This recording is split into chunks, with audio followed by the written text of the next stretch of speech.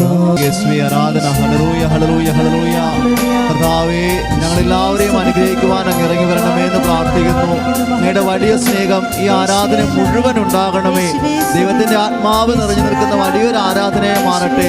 ഒരുപാട് പേർക്ക് അനുഗ്രഹം നൽകുന്ന, ഒരുപാട് പേരെ കർത്താവ് തൊടുന്നൊരു അനുഗ്രഹമായി മാറട്ടെ. യേശുവേ ആരാധന. ഹല്ലേലൂയ, ഹല്ലേലൂയ.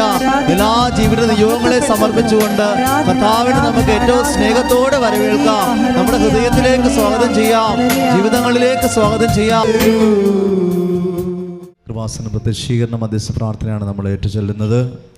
പരിശുദ്ധ ദിവ്യകാരുണ്യത്തിൻ്റെ സാന്നിധ്യത്തിൽ അമ്മ പ്രത്യക്ഷപ്പെട്ടതിൻ്റെ സാക്ഷിയാക്കി എന്നെയും മാറ്റണേ എന്ന പ്രാർത്ഥനയോടെ പൂർണ്ണ വിശ്വാസത്തോടെ സ്നേഹത്തോടെ നമുക്ക് ഏറ്റുചൊല്ലാം. അമ്മേ പരിശുദ്ധ അമ്മേ, പരിശുദ്ധ അമ്മേ, ദൈവമാതാവേ, കൃപാസനത്തിലൂടെ ഞങ്ങൾക്കും ഞങ്ങളുടെ ദേശത്തിനും അമ്മ മാധ്യസ്ഥം തേടി തന്ന എല്ലാ അനുഗ്രഹങ്ങൾക്കും കൃപകൾക്കും ഞങ്ങളിപ്പോൾ ഹൃദയം നിറഞ്ഞ് നന്ദി പറയുന്നു. സ്തുതിച്ച് പ്രാർത്ഥിക്കാം. പരിശുദ്ധമ്മയുടെ പ്രത്യക്ഷീകരണത്തിലൂടെ ഒരുപാട് പേർക്ക് നമ്മൾ സാക്ഷ്യങ്ങൾ നൽകിയല്ലോ. ലഭിച്ച എല്ലാ അനുഗ്രഹങ്ങൾക്കും അമ്മയുടെ നാമത്തിൽ ഈശോയെ ഞങ്ങൾ നന്ദി പറയുന്നു. യേശുവേ ആരാധന. ഹല്ലേലൂയ, ഹല്ലേലൂയ. യേശുവേ ആരാധന, സ്തുതി, യേശുവേ മഹത്വം.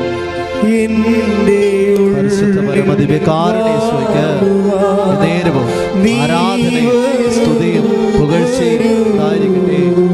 പരിശുദ്ധ പരമ ദിവ്യകാരുണ്യ ഈശോയ്ക്ക് നേരവും ആരാധനയും സ്തുതിയും പുകഴ്ചയും ഉണ്ടായിരിക്കട്ടെ.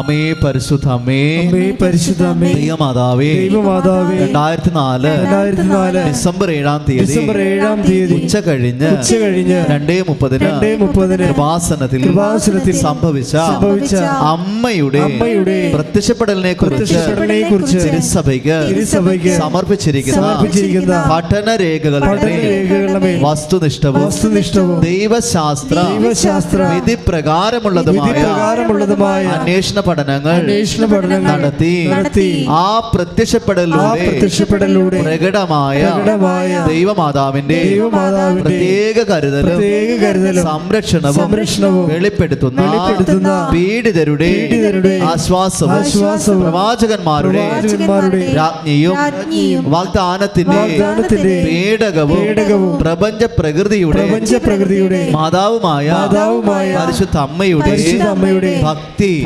തിരുസഭയിൽ കൂടുതൽ പ്രചരിച്ച് ജീവിതത്തിന്റെ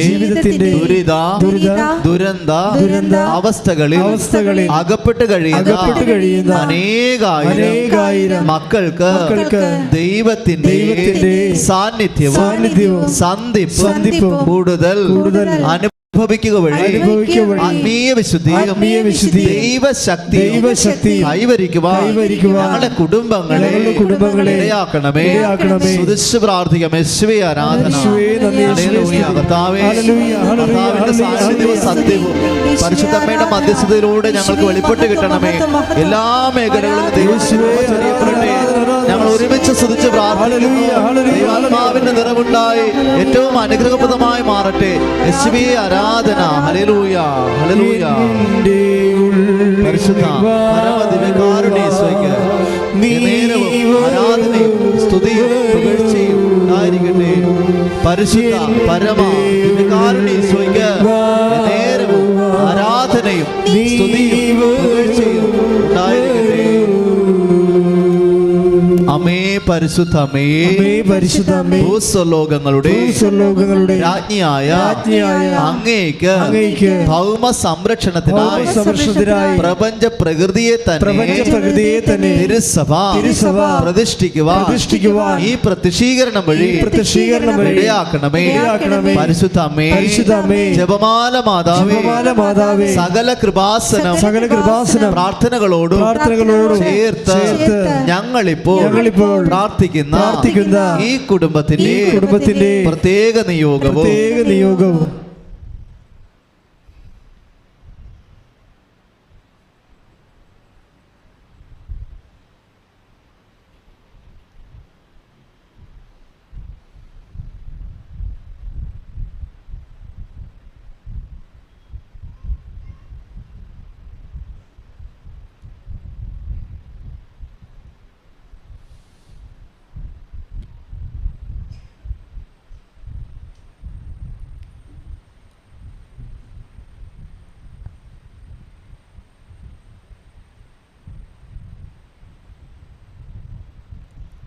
ചൊല്ലി പ്രാർത്ഥിക്കാം. അമ്മയുടെ പ്രത്യക്ഷീകരണത്തിന്റെ ഈ അനുഗ്രഹവേളയിൽ ഞങ്ങൾക്ക് സാധിച്ചു തരുവാൻ അണിയണമേ.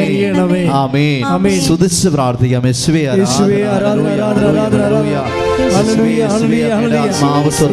ആത്മാവ് ഞങ്ങളെ കാണാതെ മാതാവേ അമ്മയുടെ എല്ലാ കാര്യങ്ങളിലേക്കും ഞങ്ങൾക്ക് അനുഗ്രഹങ്ങൾ വാങ്ങിച്ചു തരണമേ. യേശുവേ ആരാധന. ഹല്ലേലൂയ ഹല്ലേലൂയ. യേശുവേ ആരാധന സ്തുതി. ഹല്ലേലൂയ.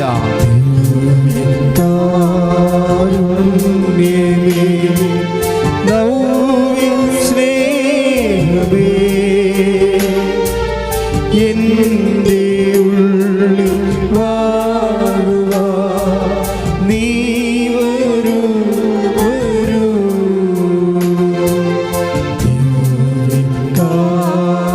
കാരുണ്യമേ നവ്യ സ്നേഹമേ എന്റെ ഉള്ളിൽ വാഴുക നീ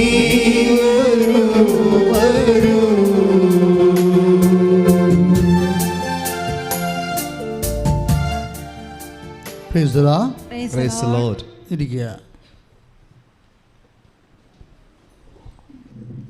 പ്രിയ സഹോദരങ്ങളെ, എല്ലാ ചൊവ്വാഴ്ചയും ഓൺലൈനായിട്ട് നമ്മൾ ഉടമ്പടി ധ്യാനം കൂടുക എന്നുള്ളത് നമ്മളിവിടെ എടുത്ത ഉടമ്പടിയുടെ ദൈവത്തോട് ചെയ്ത പ്രതിജ്ഞയുടെ ഭാഗമാണ്, ഉടമ്പടിയുടെ ഭാഗമാണ്. കാരണം ഈ ഉടമ്പടിയിലാണ് അപ്ഡേഷൻ വരുന്നത്. അതുകൊണ്ടാണ് ഓരോ ചൊവ്വാഴ്ചയും ഉടമ്പടിയെക്കുറിച്ച് പുതിയ പുതിയ കാര്യങ്ങൾ കർത്താവ് സംസാരിച്ചുകൊണ്ടിരിക്കുക. ഞാൻ ഈ വിഷയത്തിൽ വളരെ ജാഗ്രതയുള്ളവനാണ്. പ്രാർത്ഥിക്കുക. കർത്താവായ ദൈവമേ, ഞങ്ങൾ പങ്കെടുക്കുന്ന ഉടമ്പടി ധ്യാനത്തിലൂടെ ഞങ്ങളും ഞങ്ങളുടെ കുടുംബവും അങ്ങയോട് ചെയ്ത ഉടമ്പടി പാലിക്കുവാനും അർത്ഥവത്തായി പാലിക്കുവാനും അതിൽ നിലനിൽക്കുവാൻ ആവശ്യമായ അഭിഷേകം ഞങ്ങൾക്ക് നൽകണമേ. ഉടമ്പടി പാലിക്കുവാൻ ഞങ്ങളുടെ കർണപുടങ്ങളെയോ കണ്ണുകളെയും ഇന്ദ്രിയങ്ങളെയും ആത്മാവിനെയും അഭിഷേകം ചെയ്യണമേ. അമ്മേ പരിശുദ്ധമേ, ഈ ശുശ്രൂഷകളെല്ലാം മാധ്യസ്ഥം വഹിക്കുവാൻ അനേകായിരങ്ങള് അവരുടെ കണ്ണീരിന്റെ ഈ കാലത്ത് പരിശുദ്ധ അമ്മ വഴി ഈശോയിലെ ആശ്രയിക്കുന്ന എല്ലാവരുടെയും നാനാജാതി മതസ്ഥരുടെ എല്ലാ കാര്യങ്ങളുടെ മേൽ ദൈവത്തിന്റെ ഇടപെടല് ഉറപ്പുവരുത്തുവാൻ അനിപേക്ഷണീയമായ വിശ്വസ്തതയാ ഞങ്ങളെ ഇപ്പോൾ അഭിഷേകം ചെയ്യണമേ. ഞങ്ങളുടെ ഇപ്പോൾ അഭിഷേകം ചെയ്യണമേ. ശ്രുതികട്ടെ. കർത്താവേ, ഉടമ്പടി ധ്യാനത്തിലൂടെ പൂർണ്ണമായിട്ടും അനുഗ്രഹം കിട്ടുവാൻ ഞങ്ങളെ പൂർണ്ണമായും പരിശുദ്ധാത്മാവിനാൽ നിറച്ച് അഭിഷേകം ചെയ്യണമേ എന്ന് പ്രാർത്ഥിക്കുന്നു. ദൈവാത്മാവിന്റെ നിറവുണ്ടാകണമേ എന്ന് പ്രാർത്ഥിക്കുന്നു. യേശുവേ ആരാധന, ആരാധന, ആരാധന. യേശുവേ ആരാധന. ഹല്ലേലൂയ. ആരാധ്യൻ യേശുവരാ വണങ്ങുന്നു ഞാൻ പ്രിയനേ.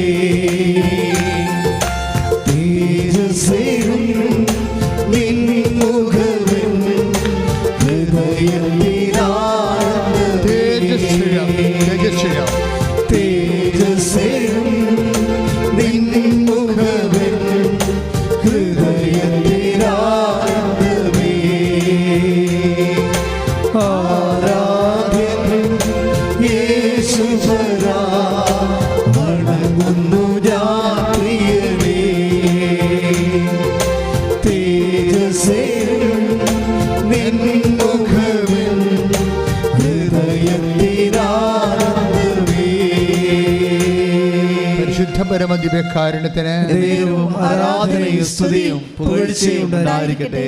വീണ്ടും ഏറ്റു പ്രാർത്ഥിക്കുക. കർത്താവായ ദൈവമേ, എല്ലാ ശബ്ദ ക്രമീകരണങ്ങളെയും ഓൺലൈനിൽ പോകുമ്പോഴേ ആവശ്യമായ നെറ്റ്വർക്ക് സംവിധാനങ്ങളെയും അത് ഗുണഭോക്താക്കളായി കേൾക്കുന്നവരെയും ഉടമ്പടി ധ്യാനത്തിലെ ഓൺലൈനായി പങ്കെടുക്കുന്നവരെയും വിവിധ രാജ്യങ്ങളിലെ അവരുടെ വ്യത്യസ്തമായ ജീവിത ഭാരങ്ങളുമായി അമ്മയുടെ ഉടമ്പടി മാധ്യസ്ഥത്തിലെ യേശുവിലെ ആശ്രയം വെക്കുന്ന സർവമാന ജനങ്ങളെ യേശുവിന്റെ തിരുമുറുവാർന്ന വലതുകരത്തിന്റെ ആശീർവാദം അടിപ്പിണർ പോലെ ആഘാതം പോലെ ദൈവിക ശക്തി ധ്യാനം കൂടുന്ന നിമിഷവും ആർക്കും ലഭിക്കുവാൻ അഭിഷേകം നൽകണമേ.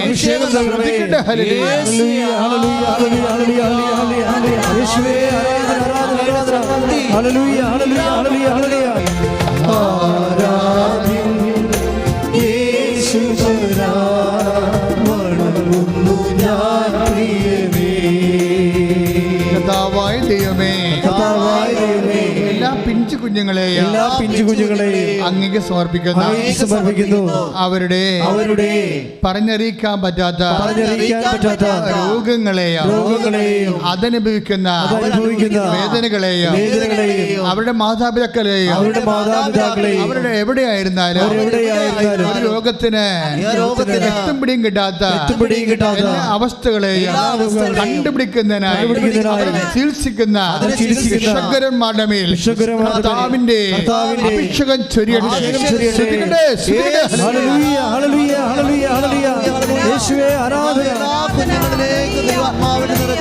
അവിടെ എല്ലാ അസ്വസ്ഥകളെയും മാറ്റണമേ. വസിച്ചോട്ടെ, പാദങ്ങൾ ചുംബിച്ചോട്ടെ, സന്നിധിയിൽ വസിച്ചോട്ടെ, പാദങ്ങൾ ചുംബിച്ചോട്ടെ.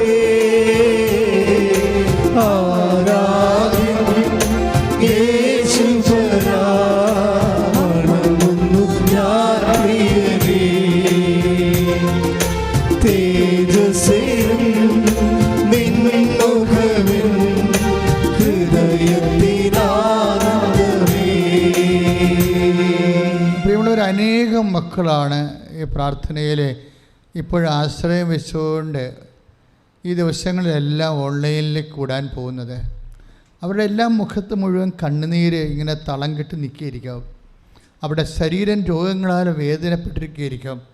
അവരുടെ ജീവിതവും ശരീരവും ഹൃദയവും ഒക്കെ വല്ലാത്ത പരവശ്യം കൊണ്ട് എന്ത് ചെയ്യണമെന്നറിയാതെ ഇങ്ങനെ ഗതിമുട്ടി നിൽക്കിയിരിക്കും. അങ്ങനെ ഗതിമുട്ടി എല്ലാ തരത്തിലും തീർന്നുവെന്ന് ചിന്തിക്കുന്ന ജപ്തി നടപടികൾ, ബാങ്ക് നടപടികൾ, ഭവനത്തിൽ നിന്ന് ഇറങ്ങിക്കൊടുക്കേണ്ട അവസ്ഥകൾ, അവരുടെ ആവശ്യമായ സർട്ടിഫിക്കറ്റുകളായി ആവശ്യമായ സമയത്ത് കൈ കിട്ടാത്തതിൻ്റെ ഉത്കണ്ഠകൾ, ഇങ്ങനെ എല്ലാ തരത്തിലുള്ള മനോവേദനകളെ സമർപ്പിച്ചുകൊണ്ട് ശ്രുതികട്ടെ ശ്രുതികട്ടെ.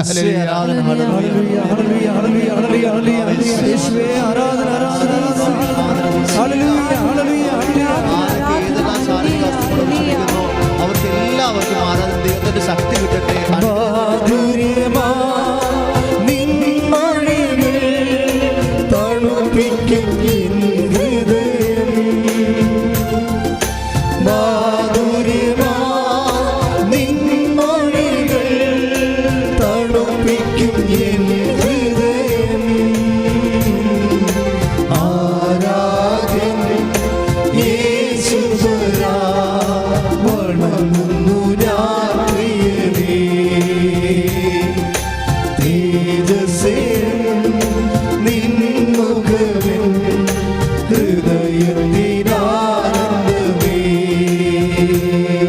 പരമദിവ്യകാരുണ്യത്തിന് ആരാധനയും സ്തുതിയും പുകഴ്ചയും ഉണ്ടായിരിക്കട്ടെ. പ്രിയമുള്ളവരെ, ഒത്തിരിയേറെ പ്രൊഫഷണൽസ് ആശ്രയിക്കുന്ന ഒരു ആരാധനയാണ്. ഈ ദിവസങ്ങളിൽ തന്നെ ഒരു 100-300ഓളം എല്ലാ, അതായത് IELTS OIT MD വേണ്ടി എൻട്രൻസിന് പരീക്ഷ എഴുതാൻ പോകുന്നവർ, ഇവിടെയൊക്കെ പരീക്ഷ PSC പരീക്ഷ വരെ ഉണ്ട്. ഇങ്ങനെ ഈ ദിവസങ്ങളിൽ ഇവിടുന്ന് പ്രാർത്ഥിച്ചു പോയ ആൾക്കാരുണ്ട്. അവരെല്ലാം പരീക്ഷയ്ക്ക് വേണ്ടി ഒരുങ്ങിക്കൊണ്ടിരിക്കുകയാണ്.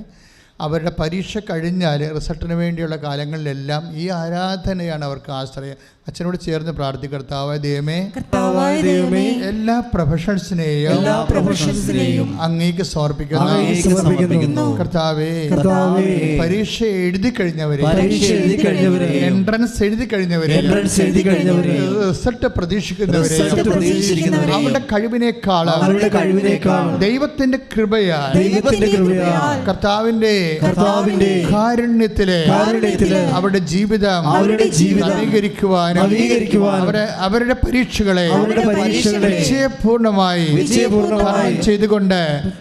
തരണം ചെയ്തുകൊണ്ട് ജീവിതത്തിന്റെ അടുത്ത പടിയിലേക്ക് പരിശുദ്ധ അമ്മയുടെ കരം ഗ്രഹിച്ചുകൊണ്ട് മുന്നേറുവാൻ അഭിഷേകം ചെയ്യണമേ.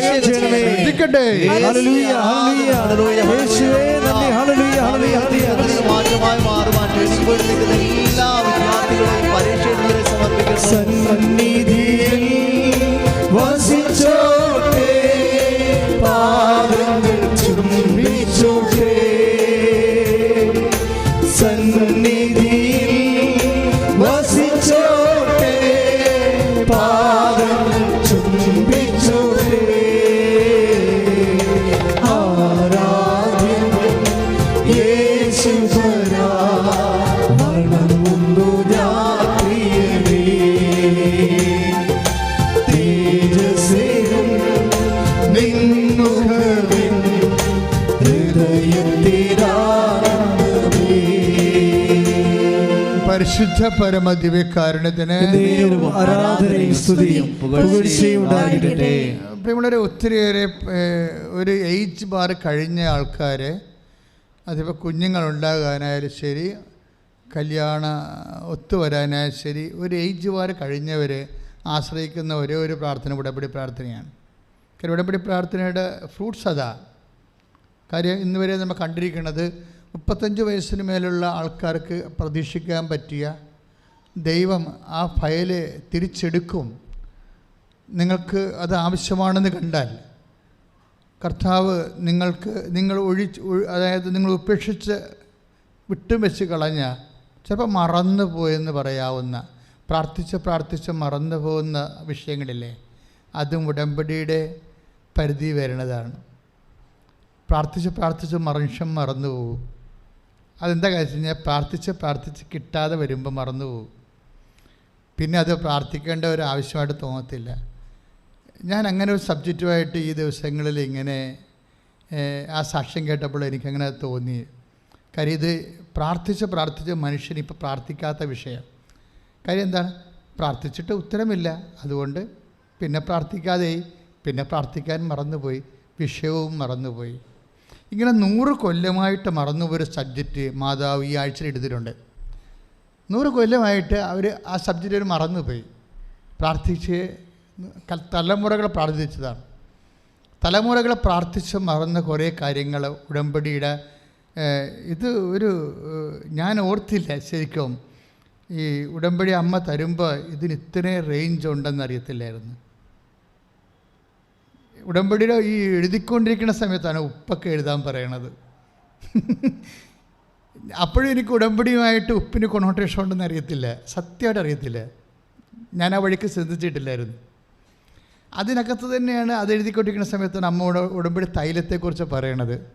പക്ഷേ ഇപ്പോഴും അത് എക്സിക്യൂട്ട് ചെയ്യുമ്പോൾ ആൾക്കാർക്കുണ്ടാകുന്ന മാറ്റങ്ങളെന്ന് പറയണത് തന്നെയല്ല, ഉടമ്പടിയിൽ എന്തെങ്കിലും കാര്യങ്ങൾ വെക്കാൻ പറഞ്ഞാലും ദൈവം ഓർത്തിരിക്കും. നിങ്ങളുടെ കാര്യം ഉടമ്പടി വെക്കാൻ മറന്നെന്ന് വിചാരിച്ചോ? തിരക്ക് കൊണ്ടോ ഇവിടെ വന്നപ്പോഴേ സിറ്റുവേഷൻസ് ഒന്ന് നിങ്ങൾ പ്രതീക്ഷനേക്കാൾ മോശമായ തിക്കും തിരക്കും അസ്വസ്ഥതയും, പിന്നെ നിങ്ങളുടെ തന്നെ ഉപവസിച്ചൊക്കെ നിശ്ചയിക്കുന്നവരാണെങ്കിൽ നിങ്ങളുടെ തന്നെ ബോഡിയുടെ ഒരു വെല്ലുവിളികൾ എല്ലാം കൊണ്ട് നിങ്ങൾ ചില കാര്യങ്ങൾ മറന്നു പോകും. എങ്ങനെയെങ്കിലും വീട് പിടിച്ചാൽ മതിയെന്ന്, മഴയും വരികയാണെങ്കിൽ പണിയായിരിക്കും, എങ്ങനെയെങ്കിലും വീട് പിടിച്ചാൽ മതിയെന്നുള്ള ചിന്ത വന്നിട്ട് ചില കാര്യങ്ങൾ തിരക്കിൽ മറന്നു പോയാലും ഈ മണ്ണിൽ നീ ചവിട്ടിപ്പോയാൽ അത് തന്നെയാണ് ഗ്യാരണ്ടി. കാര്യം നിൻ്റെ കാര്യം കർത്താവ് ഓർത്തിരിക്കും. നിനക്കറിയാം എന്തിനാണ് നീ ഇവിടെ വന്നതെന്നൊക്കെ ദൈവത്തിന് അറിയാം. നീയാണ് മറന്നിരിക്കണത്. പക്ഷേ ദൈവം നിന്നെ മറന്നിട്ടില്ല, നിൻ്റെ ഒരു വിഷയങ്ങളോ. ഞാനിത് പറയാൻ കാര്യം വെച്ചാൽ ഈ ദിവസങ്ങളിൽ ഡിൻസി എന്നും പറഞ്ഞ് ജിനോയാണ് സാക്ഷ്യം. ജിനോയാണ് ഉടമ്പടി എടുത്തിരിക്കുന്നത്. നമ്മുടെ ഇരിങ്ങാലക്കുട രൂപത എന്ന് അവരുടെ ആ സ്ഥലത്ത് അവരുടെ പ്ലേസ് അതാണ്. അപ്പോൾ അവിടുന്ന് ജിനോ ഭർത്താവാണ് ഉടമ്പടി എടുത്തത്, പക്ഷേ ഭാര്യയാണ് സാക്ഷ്യം. ജിനോ ഇത് ജോലിക്ക് പോയെന്ന് തോന്നണം.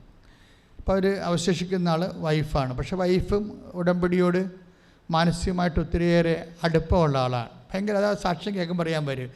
ഹസ്ബൻഡാണ് ഉടമ്പടി എടുത്തെങ്കിലും ഈ സാക്ഷ്യപ്പെടുത്തുന്നത് ഭാര്യയാണ്.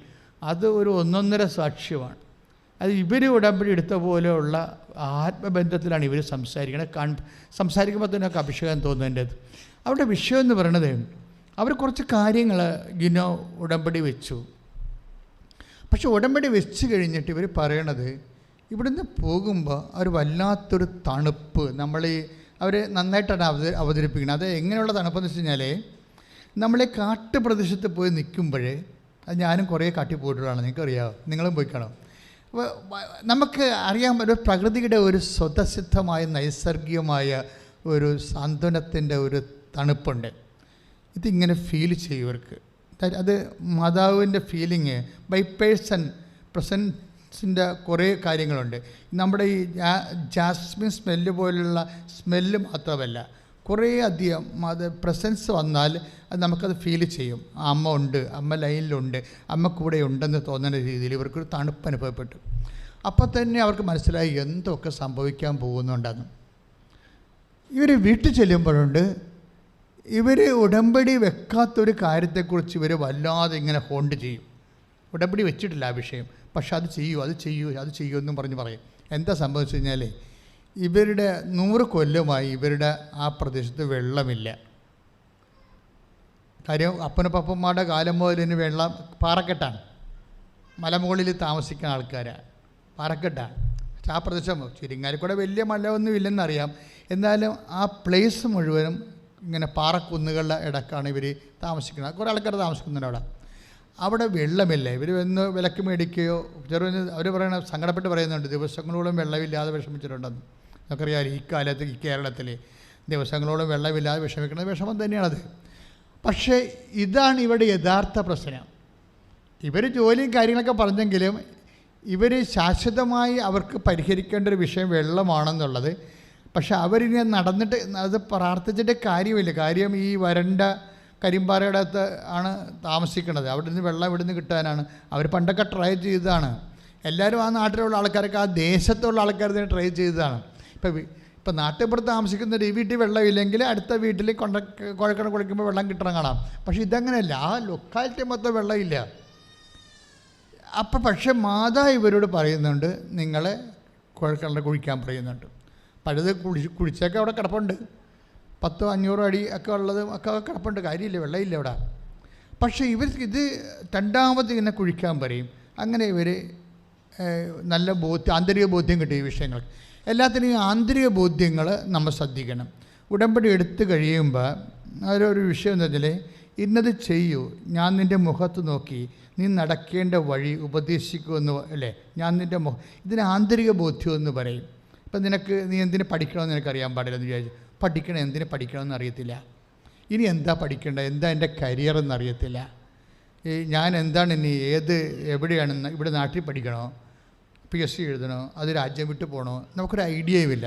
ഈ ഒരു ഐഡിയയും ഇല്ലാത്ത ടാബുല റാസ എന്ന് പറയുന്ന ഈ സിറ്റുവേഷൻസിലെ അതാണ് ശരിക്കും പറഞ്ഞാൽ ദൈവത്തിന് പ്രവർത്തിക്കുക. നിനക്ക് ഐഡിയ ഉണ്ടാകുന്നതിനേക്കാൾ മെച്ചം നിനക്ക് ജീവിതത്തെക്കുറിച്ച് ഐഡിയ ഉണ്ടാകുന്നത്, ഇന്നത് പഠിക്കണം, ഇന്നത് ചെയ്യണം, ഇന്ന സ്ഥലത്ത് താമസിക്കണം, ഇന്ന സ്ഥലത്ത് ഇങ്ങനെ നിനക്കൊരു ഐഡിയ ഉണ്ടാകുന്നത് സിൽവർ ആണെങ്കിൽ നിനക്കൊരു ഐഡിയ ഉണ്ടാകാതിരിക്കുന്നത് ഗോൾഡാണ്. പറഞ്ഞാൽ മനസ്സിലായില്ലേ? നിനക്കൊരു ഐഡിയ നിൻ്റെ ജീവിതത്തെക്കുറിച്ച് ഉള്ളത് സിൽവർ ആണെന്ന് വിചാരിച്ചു. അങ്ങനെയാണെങ്കിൽ നിനക്കൊരു ഐഡിയയും ഇല്ല നിൻ്റെ ജീവിതത്തെക്കുറിച്ച്. ഇപ്പോൾ 11 പ്രാവശ്യം IELTS എഴുതി, അതുകൊണ്ട് മറ്റു പരീക്ഷകളൊന്നും എഴുതാനും ഒത്തില്ല. നമ്മൾ ഈ വാഴ പോത്ത് കുലച്ച പോലെ കുലയ്ക്കുക. ആലപ്പുഴ പാർട്ടിയുടെ വർത്തമാനമാണിത്. വാഴ ഒന്നുമില്ലാതെ കുലക്കത്തില്ലേ, അതിനിവിടെ പോത്ത് കുലക്കണമെന്നാണ് പറയണത്. അപ്പം അതുപോലെ ഈ സംഭവം ഒന്നും അറിയത്തില്ല.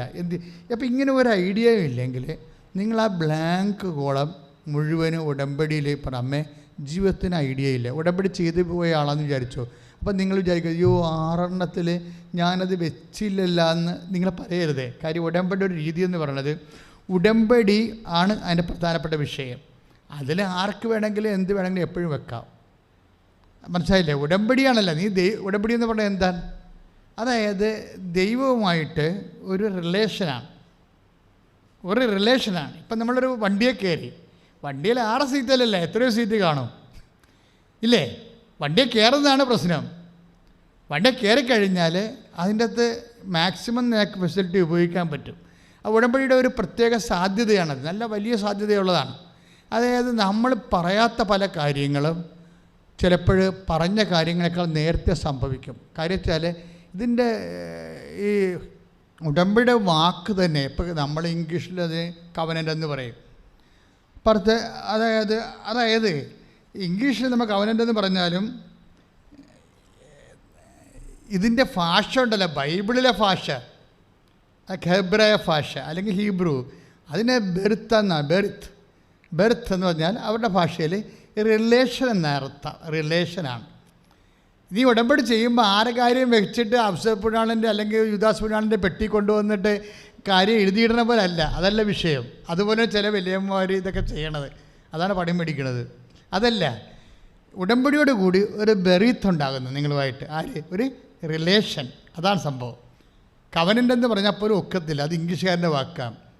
ഇതൊരു ബെറീത്ത് എന്ന് വെച്ച് കഴിഞ്ഞാൽ ഒരു റിലേഷനാണ് ഉണ്ടാകുന്നത്. ആരുമായിട്ട്? നീയും നിൻ്റെ ദൈവവുമായിട്ട്. ആ റിലേഷനിൽ നമുക്ക് എന്തും ചെയ്യാം. റിലേഷനാണ് നിങ്ങൾ എപ്പോഴും ചെയ്യണം, മെയിൻറ്റെയിൻ ചെയ്യേണ്ടത് എന്താണ്? റിലേഷൻ. അതാണ് അച്ഛൻ എപ്പോഴും സീരിയസ് ആയിട്ട്, ഞാൻ അങ്ങനെ ജോലി അങ്ങനെ പറയാറില്ലല്ലോ, സീരിയസ് ആയിട്ടല്ലേ സംസാരിക്കത്തുള്ളൂ. എല്ലാ കാര്യവും കഥ പോലും പറയത്തില്ല, സുഖിപ്പിക്കത്തില്ല, സന്തോഷിപ്പിക്കത്തില്ല, വളരെ അറഗൻ്റായിട്ടാണ് പോണത്. കാര്യം റിലേഷൻ ബേസ്ഡ് പ്രെയറാണിത്. ഇത് നമ്മൾ ഇപ്പോൾ ദൈവത്തിൻ്റെ കൂടെ നിൽക്കണമെങ്കിൽ പോലും നമ്മൾ സൂക്ഷ്മതയോടെ, ഇപ്പോൾ അടുത്ത ആഴ്ചയിൽ എന്താ പറയേണ്ടതെന്ന് ഞാൻ ഇന്ന് രാത്രി മുതൽ ഇങ്ങനെ പ്രാർത്ഥിച്ചുകൊണ്ട് നടക്കും. അടുത്ത ആഴ്ചയിൽ എന്താണ് ഈശോ പറയാൻ പോണത്. അപ്പോൾ അത് നമുക്ക് എപ്പോഴായാലും വെളുപ്പിന് ചിലപ്പോൾ 3 മണിക്കായിരിക്കും മെസ്സേജ് വരണത്. അപ്പോൾ 3 മണിക്ക് എഴുന്നേക്കും. അപ്പോൾ നേരത്തെ കിടക്കണ കാരണം എനിക്ക് 3 മണിക്ക് എഴുന്നേക്കാൻ പറ്റുന്നുണ്ട്. അപ്പോൾ പിന്നെ കുറേ നേരം ഈ അച്ഛന്മാരുടെ പുസ്തകം ഉണ്ടല്ലോ, ഞങ്ങൾക്ക് അച്ഛന്മാർക്ക് പഠിക്കേണ്ട കാന നമസ്കാരമുണ്ട്, അതിരുന്ന് പ്രാർത്ഥിക്കും. അത് കഴിയുമ്പോൾ ബൈബിൾ വായിക്കും. അപ്പോൾ ഇതൊക്കെ ഈ സമയത്തെല്ലാം നിശബ്ദ സമയമാണ്. എന്താ കാര്യം? നിങ്ങൾ ഓരോരുത്തരും അനുഭവിക്കുന്ന വിഷയങ്ങൾക്കെല്ലാം കർത്താവിൻ്റെ കയ്യിൽ റെഡിമെയ്ഡ് ആൻസറുണ്ട്. അത് നമ്മൾക്കൊന്ന് കിട്ടണം, വചനത്തിലായാലും നമുക്കൊന്ന് കിട്ടണം. അപ്പോൾ എപ്പോഴും ശ്രദ്ധിക്കേണ്ട വിഷയം വെച്ച് കഴിഞ്ഞാൽ നിങ്ങൾ ഉടമ്പടി ചെയ്യുന്നതോടുകൂടി ദൈവമായിട്ടൊരു ബെറീത്തിൽ വരികയാണ്. എന്ന് വെച്ചാൽ റിലേഷനിൽ വരികയാണ്, അല്ലേ? ഇപ്പോൾ റോഡ് പണിത് കഴിഞ്ഞാൽ നമുക്ക് ഓട്ടോറിക്ഷയും ഓടിക്കാം, ലോറിയും ഓടിക്കാം, എന്ത് വേണം ചെയ്യാം. റോഡാണ് പ്രശ്നം. എത്ര വണ്ടി വാങ്ങിച്ചാലും റോഡില്ലെങ്കിൽ ഒന്നും ചെയ്യാൻ പറ്റുക. റോഡാണ് പ്രോബ്ലം. ഈ കവനൻ്റെ വർക്ക് ചെയ്യണത് ഒരു റോഡായിട്ടാണ്. എന്നുവെച്ചാൽ ഒരു സ്ഥലത്തേക്കുള്ള ട്രാൻസ്പോർട്ടേഷൻ നടക്കാൻ വേണ്ടിയുള്ള സംവിധാനമാണ് റോഡ്. അതാണ് ഇത് വർക്ക് ചെയ്യണത്. അപ്പോൾ അതിൻ്റെ അകത്ത് ഒരു കാര്യം നമ്മൾ വെച്ചില്ല എന്ന് വിചാരിച്ചാൽ അയ്യോ വീട്ടിൽ ചെല്ലുമ്പോൾ ഓർക്കും അയ്യോ അതുകൂടി വെക്കേണ്ടതായിരുന്നു. വേണ്ട, നിങ്ങൾ ഓർത്താൽ മതി. അമ്മ ഇങ്ങനെ കൂടി ഒരു പ്രശ്നമുണ്ടെന്ന് പറഞ്ഞാൽ മതി. പക്ഷേ നിങ്ങൾ ചെയ്യേണ്ട റിലേഷൻ മെയിൻറ്റെയിൻ ചെയ്യണം, അതാണ് വിഷയം. ഞങ്ങളെപ്പോഴും സീരിയസ് ആയിട്ട് സംസാരിക്കുന്നത് റിലേഷൻ മെയിൻറ്റെയിൻ ചെയ്യാനാണ്. എന്നുവെച്ചാൽ ഉടമ്പടി, ഇപ്പം തന്നെ ഉടമ്പടിയിൽ ഉപ്പില്ലേ? ഇപ്പോൾ ഉപ്പ് അമ്മ എഴുതാൻ പറഞ്ഞ സമയത്ത് എനിക്ക് ഉപ്പിനെക്കുറിച്ച് ഒന്നും അറിയത്തില്ല. കർത്താവ് പറഞ്ഞ കാര്യം മാത്രം അറിയാം, നിങ്ങൾ ലോകത്തിൻ്റെ ഉപ്പാണെന്ന്. പിന്നെ എന്താണെന്ന് അറിയത്തില്ല. പക്ഷേ ഉടമ്പടിയുടെ ബൈബിൾ പറയണത് ഉടമ്പടിയുടെ ഉപ്പെന്നാണ് പറയണത്. ബൈബിളിൽ അങ്ങനെ ഒരു വാക്കുണ്ട്, ഉടമ്പടിയുടെ ഉപ്പ്. ഉടമ്പടിയുടെ കൂടെ ഉള്ളതാണ് ഉപ്പ്. അപ്പം പ്രത്യേകിച്ച് ലേവ്യ പുസ്തകം വായിക്കുമ്പോൾ 2:13, ലേവ്യ 2:13, ഉടമ്പടിയുടെ ഉപ്പ് നീ കളയരുത്. ഉപ്പ് കളയാൻ സാധ്യതയുണ്ട്, അതാണ് വാക്ക്. ഉടമ്പടിയുടെ ഉപ്പ് നീ കളയരുത്. ഇപ്പോൾ ഈശോ തന്നെയാണെങ്കിലും പറഞ്ഞത് എന്താണ് ഉപ്പെന്ന് പറയുമ്പോൾ ഇതൊരു ബേസിക്കായിട്ട് ഉപ്പ് എന്താ? പ്രിസർവേറ്റീവാണ്, അല്ലേ? ബേസിക്കായിട്ട് ഉപ്പ് എന്താ? പ്രിസർവേറ്റീവാണ്. എന്ന് വെച്ച് കഴിഞ്ഞാൽ ഉപ്പിട്ട് നമുക്ക് വെക്കത്തില്ലേ? എന്തൊക്കെ നാരങ്ങ വെക്കും, അല്ലേ? അതുപോലെ തന്നെ മാങ്ങ ഉപ്പിട്ട് വെക്കും, മത്സ്യം ഉപ്പിട്ട് വെക്കും. പണ്ടൊക്കെ ഇറച്ചി ഉപ്പിട്ട് വെക്കുമായിരുന്നു. ഉണക്ക ഇറച്ചിയൊക്കെ ആൾക്കാർ ഉപയോഗിക്കും. ഇപ്പോൾ ഉപയോഗിക്കണില്ലെന്നുണ്ട്. അപ്പോൾ എന്ന് വെച്ചാൽ പ്രിസർവേറ്റീവാണ് ഉപ്പ്. ഉപ്പ് പ്രസരിച്ച് സംരക്ഷിക്കുന്നതാണ്. ഉടമ്പടിയുടെ ഉപ്പെന്ന് പറയുമ്പോൾ ഉടമ്പടിയെ സംരക്ഷിക്കുന്ന ഘടകമാണ്. അതാണ് വിഷയം. ഉടമ്പടിയുടെ ഉപ്പെന്ന് പറഞ്ഞാൽ എന്താണ്? ഇപ്പോൾ ലെവ്യ 2:13 ഉടമ്പടിയുടെ ഉപ്പ് നീ കളയരുത് എന്ന വചനം. ഉടമ്പടിയുടെ ഉപ്പെന്ന് പറഞ്ഞാൽ എന്താ? ഉടമ്പടിയെ സംരക്ഷിക്കുന്ന ഘടകമാണ്. അതാണ് പ്രശ്നം. ഉടമ്പടിയെ സംരക്ഷിക്കുന്ന ഘടകം എന്താ? വിശ്വസ്തതയാണ്, വിശ്വാസമല്ല. ഈ വിശ്വസ്തതയാണ്. നിങ്ങൾക്ക് ഉപ്പ് തരികയില്ല. ഇവിടുന്ന് ഉപ്പ് തരുന്നതിൻ്റെ കാരണം നിങ്ങളെ ഉപ്പിനെക്കുറിച്ച് ദൈവവുമായിട്ട് നിങ്ങളെടുത്ത ദൈവവുമായിട്ട് നിങ്ങളെടുത്ത റിലേഷൻ, ഉടമ്പടി, അതിൻ്റെ കീപ്പ് ചെയ്യുന്നതിന് വേണ്ടിയാണ് ഉപ്പ് നിങ്ങൾക്ക് തരണത്. എന്തിനാണ് ഉപ്പ് തന്നിരിക്കുന്നത്? അല്പമേ തരത്തുള്ളൂ, ഒരു ഡെപ്പിലാക്കി തരത്തില്ലേ. അപ്പം അത് ഉപയോഗിക്കുമ്പോൾ നീ ആത്മശോധന ചെയ്യണം. ഞാനിപ്പോഴും റിലേഷനിലാണോ എന്ന് ചിന്തിക്കണം. മനസ്സിലായില്ലേ? ഞാനിപ്പോഴും ദൈവത്തോടെ റിലേഷനിലാണോ? അത് എന്താ വെച്ചാൽ വിശ്വസ്തതയിലാണോ? ഒന്ന് പ്രാർത്ഥിച്ച്, കർത്താവ് ദൈവമേ, ഉടമ്പടിയുടെ ഉപ്പായ ഉടമ്പടിയെ സംരക്ഷിക്കുന്ന ഞാനും ദൈവവും തമ്മിലുള്ള ബന്ധത്തെ നിലനിർത്തുന്ന വിശ്വസ്തത എന്ന ഗുണത്താൽ എന്നെ അഭിഷേകം ചെയ്യണമേ. വിശ്വസ്തത എന്ന ഗുണത്താൽ എന്നെ അഭിഷേകം ചെയ്യണമേ. ശ്രദ്ധിക്കട്ടെ.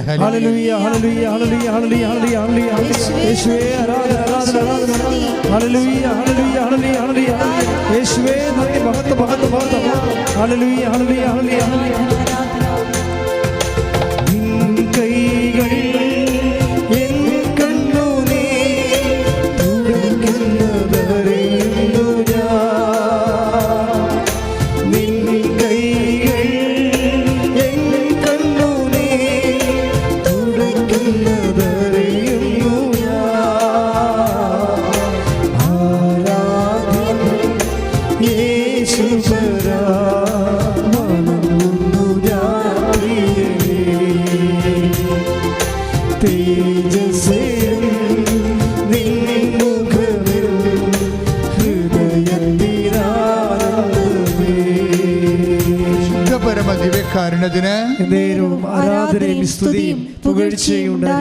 ഈശോയും പറയാം, അതായത് വിശ്വസ്തത, അതായത് ഇത് കളയരുതെന്ന് പറയുക.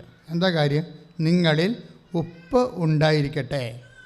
നിങ്ങൾ ഭൂമിയുടെ ഉപ്പാണ്, നിങ്ങളിൽ ഉപ്പുണ്ടായിരിക്കട്ടെ എന്ന് വെച്ച് കഴിഞ്ഞാൽ ഈ വിശ്വസ്തത, ദൈവത്തോടുള്ള റിലേഷൻ, സ്നേഹമെന്ന് നമുക്ക് അർത്ഥമുണ്ട് അതിന്. അത് നിലനിൽക്കട്ടെ. 9:49 മർക്കോസിൻ്റെ സുവിശേഷം 9:49, 50 വചനങ്ങളിലെ നിങ്ങളിൽ ഉപ്പുണ്ടായിരിക്കട്ടെ. എന്നുവെച്ചാൽ നിങ്ങളെ വിശ്വസ്തത ഉണ്ടായിരിക്കട്ടെ. നിങ്ങളിൽ ദൈവസ്നേഹത്തിൽ പച്ചകടാതെ നിൽക്കട്ടെ. ദൈവസ്നേഹം ഒന്ന് പ്രാർത്ഥിച്ച, കർത്താവ് ദൈവമേ, ഞങ്ങളിൽ ദൈവസ്നേഹം, ദൈവത്തോടുള്ള വിശ്വസ്തത പച്ചക്കെടാതെ നിലനിൽക്കുവാൻ ഞങ്ങളെ പ്രത്യേകമായി അഭിഷേകം ചെയ്യണമേ. ശ്രുതികടെ യേശുവേ നന്ദി, യേശുവേ മഹത്വം. സ്നേഹമേ കാരുണ്യമേ ദിവ്യമാ സ്നേഹമേ കാരുണ്യമേ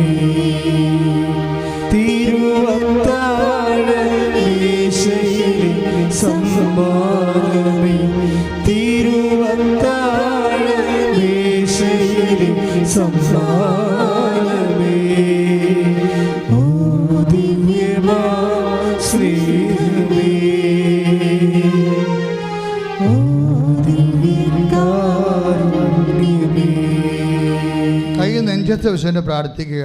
കർത്താവായ ദൈവമേ, എൻ്റെ ഹൃദയത്തിൽ അങ്ങയോടുള്ള വിശ്വാസവും സ്നേഹവും വിശ്വസ്തതയും എന്നെ വർദ്ധിപ്പിക്കണമേ. ശ്രദ്ധിക്കട്ടെ. ഹല്ലേലൂയ ഹല്ലേലൂയ ഹല്ലേലൂയ ഹല്ലേലൂയ. ഓ ദിവ്യമായ സ്നേഹം, യേശുവേ ആരാധന ആരാധന ആരാധന ആരാധന. ഹല്ലേലൂയ ഹല്ലേലൂയ ഹല്ലേലൂയ. ദിവ്യമായ സ്നേഹമേ, ഓ ദിവ്യകാരുണ്യമേ, തിരുവത്താഴമേശയുടെ സമ്മാനമേ, തിരുവത്താഴമേശയുടെ സമ്മാനമേ, ദിവ്യമായ സ്നേഹമേ, ഓ ദിവ്യകാരുണ്യമേ, ആരാധന മാലാഖമാരും ജീവന്റെ തിരുഭോജ്യമേ, ആരാധന മാലാഖമാരും ജീവന്റെ തിരുഭോജ്യമേ. പ്രിയമുള്ളവരെ, അച്ഛനിങ്ങനെ ഇടയ്ക്ക് നിങ്ങളോട് പാടിക്കും, നെഞ്ചത്ത് വെച്ച് പ്രാർത്ഥിക്കും. അപ്പോൾ നിങ്ങളൊക്കെ ചെയ്യും. അതിപ്പോൾ ഞാൻ ഉദ്ദേശിക്കുന്ന ഒരു കാര്യമുണ്ട്. കാര്യം എന്താ പ്രശ്നം? ഞാൻ ഉദ്ദേശിക്കുന്നത് എന്താണെന്ന് വെച്ച് കഴിഞ്ഞാൽ നിങ്ങളുടെ ലെവൽ വർദ്ധിപ്പിക്കുകയാണ് ഞാൻ ഉദ്ദേശിക്കുന്നത്. ദൈവമായിട്ടുള്ള പാടുമ്പോഴും പ്രാർത്ഥിക്കുമ്പോഴും ഓട്ടോമാറ്റിക്കായിട്ട് നമുക്ക് സംഭവിക്കുന്നത് എന്താണ്? ദൈവത്തോടുള്ള സ്നേഹവും വർദ്ധിക്കും. ഞാൻ എന്തിനാണ് അങ്ങനെ നിങ്ങളുടെ ആ ലെവൽ വർദ്ധിപ്പിക്കുന്നത്? ആ ലെവലിൽ വെച്ചുകൊണ്ട് പ്രാർത്ഥിക്കുകയാണെങ്കിൽ രോഗസൗഖ്യങ്ങൾ നടക്കും. അതാണ് വിഷയം. അത് കഴിഞ്ഞാൽ ഞാൻ അവിടെ രോഗസൗഖ്യത്തിലേക്ക്, പക്ഷെ നിങ്ങൾക്കത് അറിയണം. അല്ലെങ്കിൽ നിങ്ങൾ ചുമ്മാ ഇങ്ങനെ ഈ ഓരോ പാട്ടും പാടുമ്പോൾ അത് പാടിക്കൊണ്ടിരിക്കും. എന്താ അതുകൊണ്ട് ഉദ്ദേശിക്കണമെന്ന് അറിയണം. അതിപ്പോൾ നിങ്ങൾ ഓൺലൈനിൽ കൂടുന്നവരായാലും ആ ധ്യാനത്തിൻ്റെ രീതികൾ അറിയണം. അതായത് ഓരോ പാട്ട് പാടുമ്പോഴും നിങ്ങളുടെ ഉള്ളുകൊണ്ട് നിങ്ങൾ പ്രാർത്ഥിക്കണം. കർത്താവേ, എൻ്റെ ഹൃദയത്തെ സ്നേഹത്താൽ നിറക്കണമേ, എൻ്റെ ഹൃദയത്തെ വിശ്വാസത നിറക്കണമേ. പിന്നെ പ്രാർത്ഥിക്കണം, കർത്താവ് എൻ്റെ കൂടെ എൻ്റെ വലത്തും ഇടത്തുമൊക്കെ ഇരിക്കുന്നവരെ അവരുടെ വിശ്വാസം വർദ്ധിക്കാൻ വേണ്ടി പ്രാർത്ഥിക്കണം. ഒന്ന് പ്രാർത്ഥിച്ചേ. കർത്താവേ, എൻ്റെ വിശ്വാസത്തെയും ദൈവസ്നേഹത്തെയും വർദ്ധിപ്പിക്കണമേ. എൻ്റെ കൂടെ വലത്തും ഇടത്തുമൊക്കെ ഇരുന്ന് പ്രാർത്ഥിക്കുന്നവരുടെ വിശ്വാസ നിലവാരത്തെ വർദ്ധിപ്പിക്കണമേ. ഞങ്ങളെ ഒരുമിച്ച് ദൈവസ്നേഹത്തിലെ ദൈവ സാന്നിധ്യത്തിലെ സൗഖ്യം അനുഭവിക്കുവാൻ സാധിക്കണമേ. ശ്രദ്ധിക്കട്ടെ. യേശുവേ നന്ദി. ഹല്ലേലൂയ ഹല്ലേലൂയ ഹല്ലേലൂയ ഹല്ലേലൂയ. യേശുവേ ആരാധന ആരാധന ആരാധന. യേശുവേ നന്ദി. യേശുവേ മഹത്വം മഹത്വം. ദിവ്യമായ സ്നേഹമേ, സ്വർഗ്ഗത്തിലെ ദിവ്യകാരുണ്യമേ, ഓ ദിവ്യമായ സ്നേഹമേ, ദിവ്യമായ സ്നേഹമേ, ഓ ദിവ്യകാരുണ്യമേ, തിരുവത്താഴമേശയുടെ സമ്മാനമേ, തിരുവത്താഴമേശയുടെ സമ്മാനമേ, ഓ ദിവ്യമായ സ്നേഹമേ, ഓ ദിവ്യകാരുണ്യമേ. രോഗികളെ ഇപ്പോഴും നെഞ്ചിൽ കൈവച്ചുകൊണ്ട് പ്രാർത്ഥിക്കേണ്ടതാണ്. എന്ത് രോഗമായാലും. ഇപ്പം അച്ഛൻ ഈശോ കാണിച്ചു തരുന്നതെല്ലാം വിസർപ്പ രോഗങ്ങളാണ്, സോറിയാസിസ് രോഗങ്ങളാണ്. അവരെ നെഞ്ചിലൊക്കെ ഇങ്ങനെ കൂമ്പി മുതുകലൊക്കെ ഇങ്ങനെ പരുപരുത്തൊക്കെ വരുന്ന രോഗങ്ങളില്ല, ത്വക്ക് രോഗങ്ങളൊക്കെ കാണിക്കും. പക്ഷേ പ്രാർത്ഥിക്കാൻ വരുമ്പോൾ ഈശോ അനുഗ്രഹിക്കുമ്പോൾ നമ്മൾ ഒരു രോഗം തന്നെ ആയിരിക്കത്തില്ല സൗഖ്യപ്പെടുന്നത്. അതുകൊണ്ട് ഉദരരോഗികൾ ഉദരത്തിലും, നെഞ്ചിൽ ശ്വാസകോശ രോഗിയുടെ ശ്വാസകോശത്തിലും, വാതരോഗികളാണെങ്കിൽ മുഴുവനും പൊതിഞ്ഞ് ശരീരം പൊതിഞ്ഞും കർത്താവിൻ്റെ തിരുസന്നിധിയിൽ പരിശുദ്ധ അമ്മ ജീവനോടെ പ്രത്യക്ഷപ്പെട്ട് 10,000 സൗഖ്യപ്പെടുത്തിക്കൊണ്ടിരിക്കുന്ന വലിയ അൾത്താരയിൽ നടക്കുന്ന ആരാധനയുടെ ദൈവിക നിമിഷങ്ങളിലേക്കാണ് നിങ്ങൾ വിളിച്ചിരിക്കുന്നത്. അത് നിങ്ങളുടെ യോഗ്യതയാലല്ല, ദൈവത്തിൻ്റെ കൃപ കൊണ്ടാണ്. ഞാനിപ്പോൾ ഒരു കുടുംബത്തെ എൻ്റെ മനസ്സിൽ കണ്ടത്.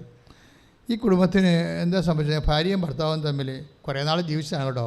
2 മക്കളൊക്കെ ഉള്ളതാണ്, വലിയ മക്കളൊക്കെ ഉള്ള, ഒരുവിധം കോളേജിലൊക്കെ പഠിക്കുന്ന മക്കളുള്ളതാണ്, പ്രായമായ മക്കളൊക്കെ ഉള്ളത്. പക്ഷെ ഇവർ തമ്മിൽ പിരിഞ്ഞ്, എന്നിട്ട് ഇവരുടെ മക്കളൊക്കെ ഇപ്പോഴും വേറെ രീതിയിൽ വഴിയാധാരമായി ഓരോരോ തോന്നിയവാസന റിലേഷനിലൊക്കെ ചെന്ന് അകപ്പെട്ടിട്ട് ആർക്കും ആകെയും രക്ഷപ്പെടുത്താതെ ഇരുട്ട് പിടിച്ച കുടുംബം. പ്രാർത്ഥിക്കാൻ പോലും മനസ്സില്ലാത്ത, മനസ്സ് തോന്നാത്ത, വിശ്വാസം കുറഞ്ഞിട്ടുള്ള ഒരവസ്ഥ. ഇത് ഇങ്ങനെ വന്നിട്ടുള്ള കുടുംബങ്ങളുണ്ട് ഒത്തിരി. അതാണ് ഇപ്പോൾ ഈശോ കാണിക്കുന്നത്.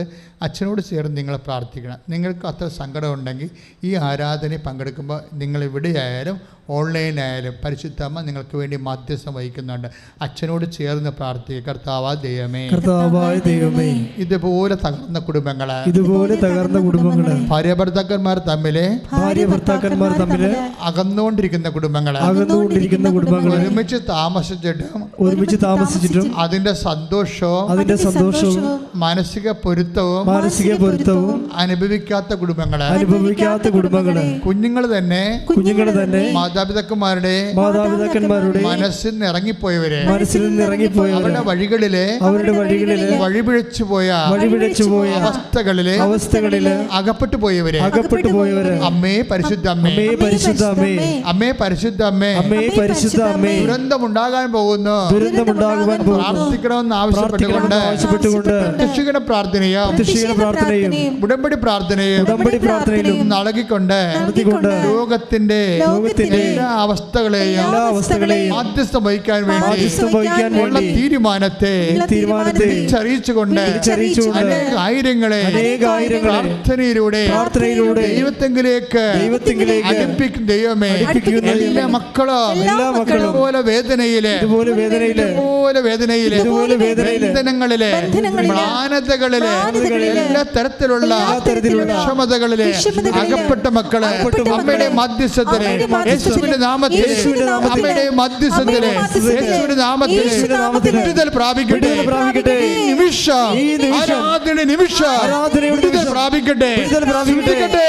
ഹല്ലേലൂയ ഹല്ലേലൂയ ഹല്ലേലൂയ.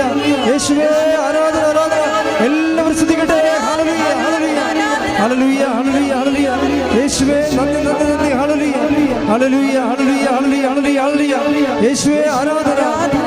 അരികിൽ വരേണേ, സദയം തൊടേണേ, സുഖമായിടും എൻ്റെ ഉള്ളം.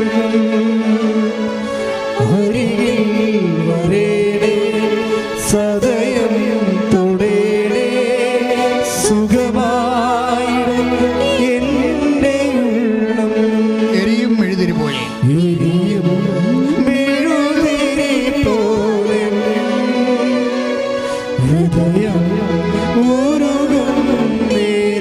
കൈകൾ നെഞ്ചത്ത് വെച്ചുകൊണ്ട് എരിയും മെഴുതിരി പോലെ